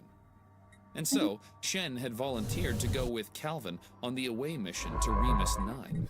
That mission had introduced Shen to fear and horror like nothing he had ever experienced. And in a moment of unthinking self-sacrifice, he had saved Calvin, an action that had caused him to become bitten and receive the Remoriae infection. It was a death sentence, but one Shen accepted peacefully. Yet, against all reason, he had been given a second chance. Rain had cured him, mostly. And although Shen retained, or had recently acquired, unique properties that made him feel less than human, or at least as something different than human, he still looked the same, had the same thoughts, remembered the same things, and retained the same talents. He was the Shen who had existed before, mostly. Only now, he had abilities he could not understand and was haunted by dreams and visions of Tristan, always beckoning him to come and follow. Shen dismissed them as night terrors. Things had seemed to be a blur after that. Shen had struggled to regain his feeling of humanity, thrashed within himself to find value in his life, and to convince himself that he was a man and not a monster. And during that struggle, which persisted to this day, he had made the greatest mistake of his entire life. Going down to Remus 9 and contracting the virus had been born of a kind of self-sacrificing, bold stupidity, he knew. But that was not his greatest mistake. His greatest mistake had been to push Sarah out of his life. Sarah, whose genuine compassion he had mistaken for pity, whose sympathy he had mistaken for charity. She had come to him, ready to accept him, even offering to try to start a relationship with him. Everything in the universe that he had ever wanted. And yet, he had rejected her and pushed her away. Now, that was going to change. And although Rain had warned him he could not expect to win Sarah back, she was not a trophy or a reward. Shen could still clear the air between them and try to smooth A planetary out the waves he had impediment has been created. dealt with. Maybe then she would want to be with him again. Or maybe she would not. Shen knew he had to be okay with himself. Construction either way. venture But one completed. thing was certain. Whether he be man or monster, the thread that he clung to was his deep affection for Sarah. And if she would have him, he would be hers, truly and faithfully, for as long as she was willing to suffer him. If she chose otherwise, and decided it was best for each of them to remain apart, Shen hoped he could at least salvage that deep friendship they had once shared. Maybe that was possible still. Or maybe he had crossed a bridge too far. There was no other way of knowing but to try. So at last, when he reached Sarah's door, he steeled himself, quieted his nerves, and rang the chime, ready for anything. Most importantly, A system ready to survey be has okay with concluded. anything, and accepting deep inside himself that anything was possible in this universe, and should she reject him now, he would be okay. He had to be. The situation log has been amended. Sarah climbed out of bed, put some clothes on, and then answered the door. The chime rang only once, and so by the time she reached the door, she half expected to find nobody there. For that matter, she wasn't sure she hadn't dreamed the whole thing. But then, when she opened the door, a familiar face was standing there. One that woke her up like a shock of electricity and sent two very powerful, very conflicting emotions pouring through her veins. A system survey Hello, has Shen, she said. concluded. What do you want? "Hi, Sarah," he said with a nervous smile. She could always tell when he was nervous. "I was hoping now would be a good time to talk for a few minutes." Sarah thought about the paper flowers and the sincerely written but half-assed note Shen had left with them days before. The gesture had been enough to get them back onto speaking terms, but it didn't undo any of the hurt feelings she felt, or any of her confusion. Now isn't a great time, said Sarah, folding her arms. I was trying to get some sleep. Shen nodded. In that case, I apologize. I'll try again later." He turned around and began to walk away. Sarah felt bad for sending him off like that, and her curiosity got the better of her. Wait, She said, stopping him. come on in. She motioned for him to enter her quarters. "Thank you, Sarah. I really appreciate that," said Shen in a voice so polite she couldn't tell if he was being sincere or not. Once they were both inside, Sarah pushed the button and the door slid closed. What is this about, Shen? He looked around her A apartment, system perhaps survey trying to has spot the concluded. homemade flowers he had carefully folded. If so, it was a vain search. Sarah had thrown them away, along with Shen's note. "Honestly," said Shen, turning his attention back to Sarah, "I've come to apologize." For what? asked Sarah. "The thing is, I have a million excuses," said Shen. "But that's all they are. Just excuses. So, without trying to justify anything, I just want you to know that what I did was completely, utterly, and entirely my fault. I had no right to push you away like I did after Remus 9. And I had no right to ignore you and reject you and treat you the way I treated you." A study She has been stared into completed. his eyes and found his to look surprisingly sincere. His face was red, and this was clearly difficult for him, yet here he was, trying anyway. "We have a friendship that I treasure above all my other A friendships," special he project said. is complete. "And because of that, I selfishly wanted to take it farther, even though you were unready or uninterested. And then, when you did not reciprocate my feelings, I took it out on you by stupidly volunteering A for a study has been dangerous mission. completed. And then, ever after, doing everything I could to push you away, so that I wouldn't have to keep feeling the pain of your rejection. Sarah tried to interrupt, but Shen clearly wanted to get out everything he'd come to say. You had every right to tell me you didn't share my feelings, said Shen. And instead of respecting your wishes, I acted like a baby about it. And for that, I'm sorry, Sarah. I am so very, very sorry for putting you in the position that I put you in, and for keeping you at arm's length ever since I got back aboard the ship. Especially when you only wanted to help.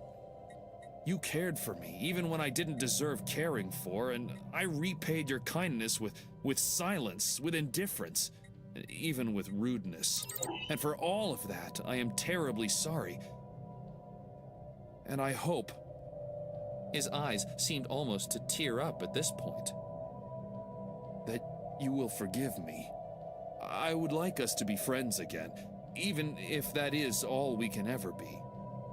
I treasure our friendship so very much that I don't ever want to live without it. And if there's anything I can do, anything in the A world science to make it vessel up to is you, under then attack. say the word and I will do it. Because you Steering mean that clear much of to me. belligerents. Our friendship means that much to me. With that, he stopped, pausing for breath.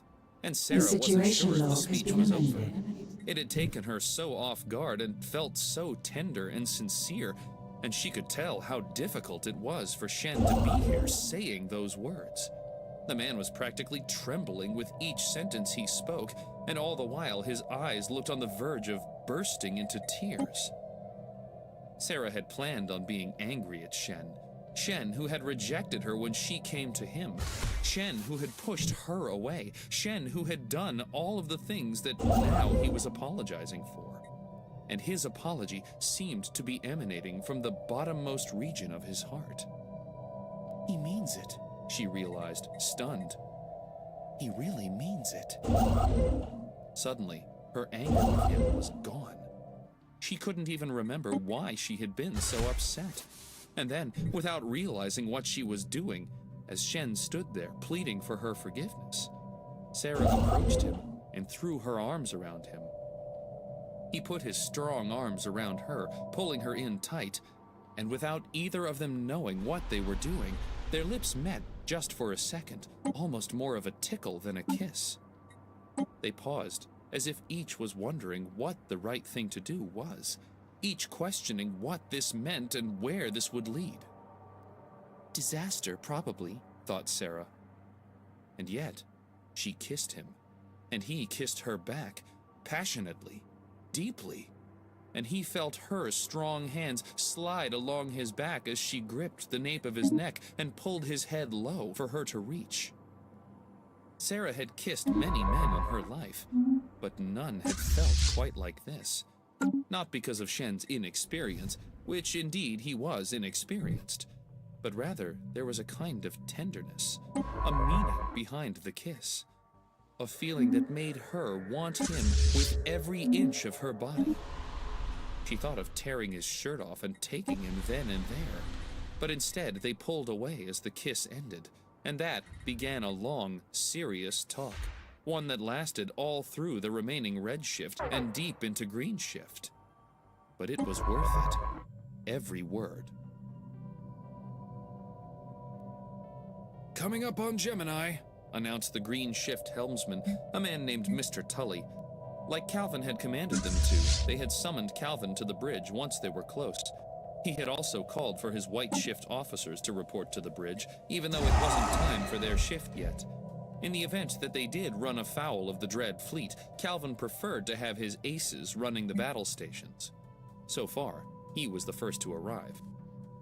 Tully, Harmon, and Peterson, said Construction Calvin, trying to venture commit to completed. memory his green shift pilot, defense, and ops officers.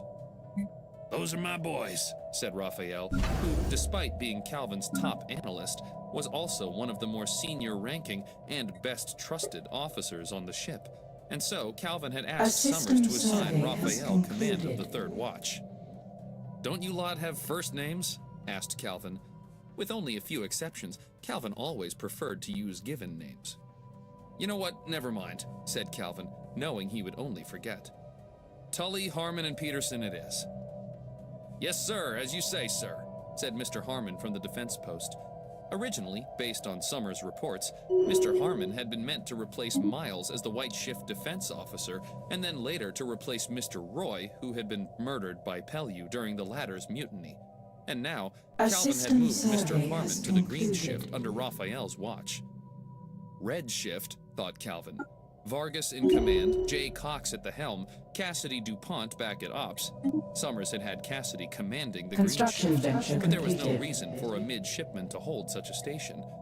And Mr. Donaldson at defense. Then, of course, Green Shift. Raphael with command, Mr. Tully at the helm, Mr. Harmon at defense, and Mr. Peterson at ops. It was a lot to remember, but Calvin repeated the names another 2 times in his head, determined to commit them to memory.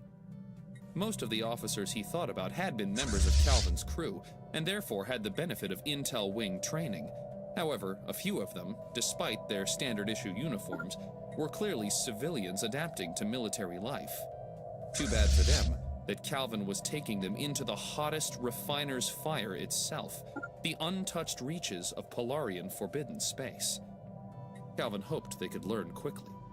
He also thought they clearly needed more women on the Nighthawk, if all the bridge posts, except for Summers and Cassidy, belonged to men. Surely they had plenty of female analysts, engineers, and medics, but Calvin would have preferred to have a bit more diversity in the command center of the starship itself. Report, please, Mr. Peterson, said Calvin, proud he could remember the name without hesitation. We'll be able to descend from altered space into Gemini's system within 5 minutes, said the Green Shift ops officer. All systems are working within expected parameters, and currently our stealth system is engaged. Thank you, said Calvin. Now tell me, what have we got on our scopes? There are several large objects in the system. Most of them appear to be stationary or else in slow orbit around the main planet, said Mr. Peterson. Do we detect the conglomerate? Asked Calvin, more to the point.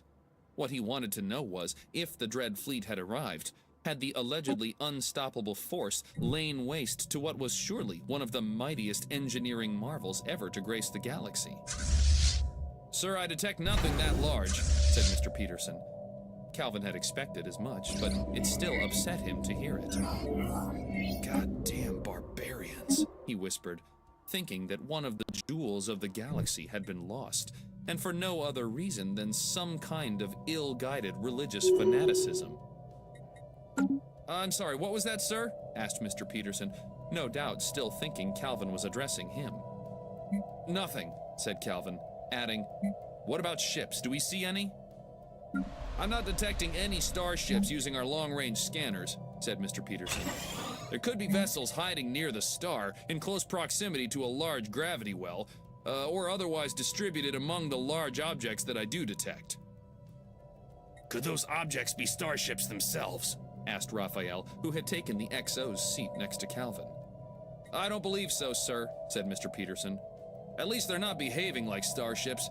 The objects are chaotically distributed, and those large enough to be starships that have also entered into orbit around the planet, they are not following any kind of standard orbit pattern that this ship recognizes.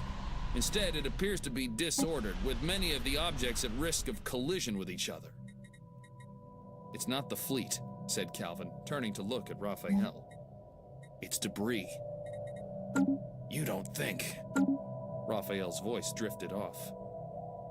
3 minutes until arrival, announced Mr. Tully. Calvin looked at him. Aside from being one of the larger and sweatier people on the ship, hostile there was fleet has something appeared else to off us. about him. Something that made him seem not a proper fit for that chair. It wasn't that his large, bulbous head seemed to bend the headset he wore, Calvin decided. A system survey has concluded. After a few seconds of analyzing the junior pilot, Calvin figured it out. The man was terrified. I'm guessing the dread fleet will be long gone by the time we arrive, said Calvin. He spoke generally, but mostly to assuage the concerns of his junior The pilot. situation log has been The elevator amended. door slid open and Summers entered, followed by Shen, Sarah, and last to exit, A spaceport is deserted.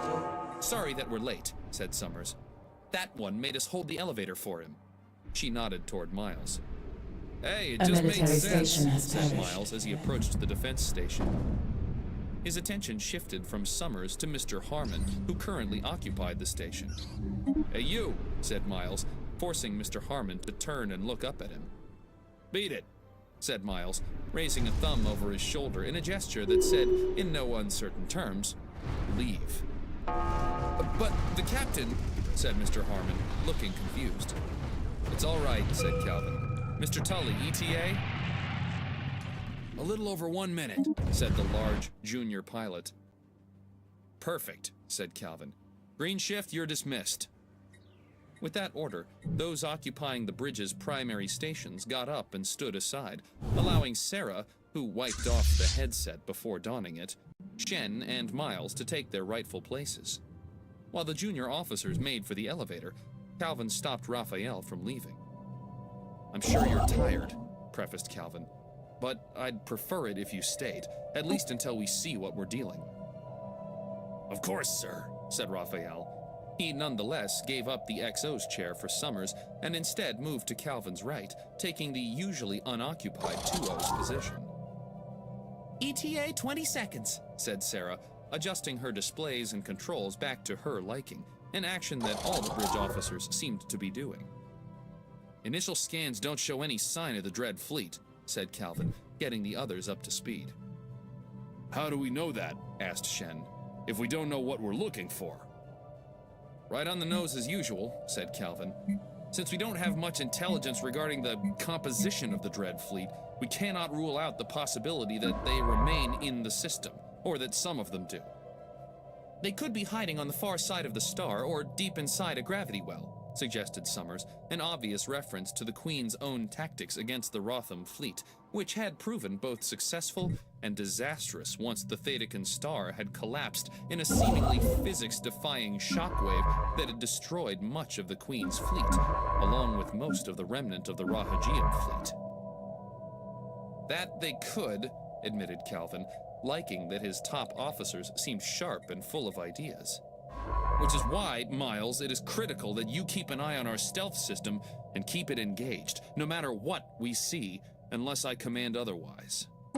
Of course, Cal, said Miles, who appeared to be finished tweaking his controls back to his liking. 5 seconds, said Sarah, counting down. 4, 3, 2, 1. The stars appeared, filling their view, and, in the distance, one red star seemed much brighter than the others, but still remained at such a distance that it looked barely the size of a golf ball. How deep are we inside the system? Asked Calvin. Far to medium depth, Sarah answered inexactly. I thought it would be best to give us a buffer of space, just in case. Directly to starboard is Gemini 5, a gas giant. It should help disguise us in case our stealth fails. A study has been completed. Probably a good idea, admitted Calvin. But go ahead and navigate the ship closer. I don't think our stealth is compromised in any way. Is it, Miles? Nope. Stealth system is running like a champ. Very good, said Calvin. Go ahead and bring us to condition 1. We're not sure what we may be dealing with yet. The Gemini system was home to 2 rocky planets and 3 gas giants. Gemini 5, Construction the outermost venture planet, completed. was a supergiant, which was likely why Sarah had chosen to bring them into the system near it. Its massive gravity well could help hide a single starship, even if it wasn't enough to hide a squadron, let alone a fleet. Aye, aye, said Miles, inputting the order, filling the lower decks with alarm lights and the ship's klaxon. All hands to general quarters, ordered Summers, talking into the XO's comm panel. I'm not looking for a fight, said Calvin, to clarify. Not here. But just in case one finds us, I'd like to be ready. Just say the words, said Miles, and I'll drop stealth, raise the shields, and clear for action. Thank you, but not yet, instructed Calvin. He knew Miles preferred to charge into situations with weapons armed and asking very few questions. Calvin, on the other hand, preferred the cautious approach, especially when he didn't know what they were up against. Sarah, is there any comm activity on short range? Negative, said Sarah. the entire system appears to be silent as a mouse. Calvin knew that was bad news.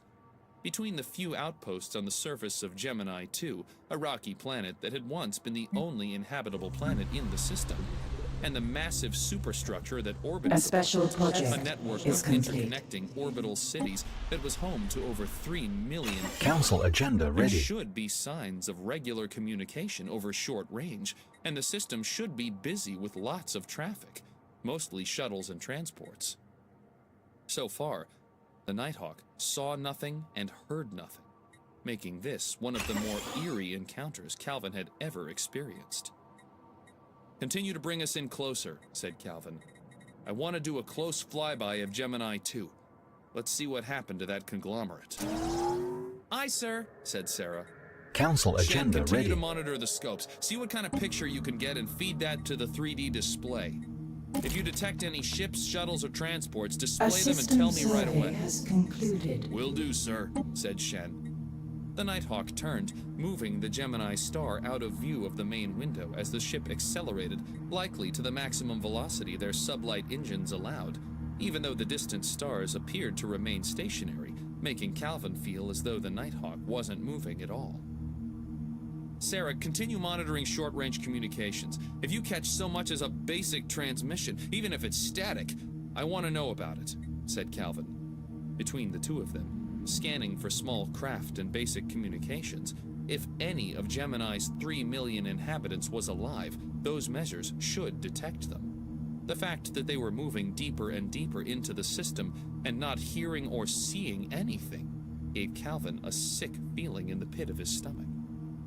We were here, he thought, recalling the time he'd ordered the Nighthawk to arrive at Gemini, along with Raiden's Harbinger and other ships loyal to his group. They took on new supplies and even a few fresh faces, including some of the Green Shift officers he had dismissed. Calvin had needed to replace the officers he'd allowed to leave. They had parted ways here, booking shuttles to Capital World, shuttles that had proven doomed from the start of their journey, all except for the shuttle Raphael had taken. Such unnecessary slaughter had been courtesy of Raiden. Do you remember? Calvin whispered to his right. I remember, said Raphael in a cold, neutral tone, one that deliberately A special masked the project emotions is he was complete. feeling. I'm able to get a good scan of the conglomerate now, said Shen. Or rather, The what's leaders left screen of it. provides an overview of Calvin our had leaders expected to and lets hear us such hire, news. dismiss, and He manage had known them. the large objects detected from altered space in chaotic orbit had been debris from the conglomerate, but hearing it confirmed by Shen from an up-close view still felt a bit like getting punched in the stomach. Display it, said Calvin coldly. The 3D display lit up, showing the mostly desolate planet, Gemini 2. It looked the same. The planet was essentially uninhabitable the last time they'd been there. What was different was the notable absence of interlocking, individually propelled sky cities that formed an intricate and movable web orbiting the planet. Instead, there were bits and pieces, all completely separated from each other, orbiting patternlessly. Hone in on the debris, said Calvin. The orbital debris or the planetary debris? Planetary debris? Asked Calvin, remembering that there had been no meaningful settlements on the planet for the Dread Fleet to destroy.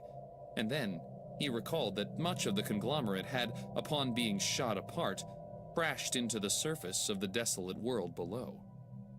Yes, sir, said Shen. I would estimate that 90% of the conglomerate was destroyed into such small pieces of debris that we can barely detect them. However, of the remaining 10%, Construction about venture half of it completed. remains in orbit, while the rest, along with most of the small debris, has collided with the surface of the planet. Show us the orbital debris first, A said special Calvin. project Then the is planetary debris. complete. It wasn't until he was staring at it himself on the 3D display that Calvin finally believed the mighty conglomerate had been destroyed. Worse than destroyed, it had been clearly fired upon without mercy. The Dread Fleet's work had not been for a military purpose. This had been an execution. where once 3 million Polarians had lived in peaceful orbit around their desolated planet. Now they had all been killed, most likely without much fight. And for what? To purify the system as part of some kind of Polarian religious reckoning? Or some such rubbish that Resnak had explained to him. "Now show us the debris on the planet," said Calvin, once it was obvious that none of the debris still in orbit could possibly support life. It had been blasted, shredded, fired upon, even exploded into rubble and ruins. And the bits that remained large enough to be confused for starships at long range, they were hollow and torn, and none of them could contain any atmosphere. Calvin could only imagine the horror as explosive decompression after explosive decompression occurred,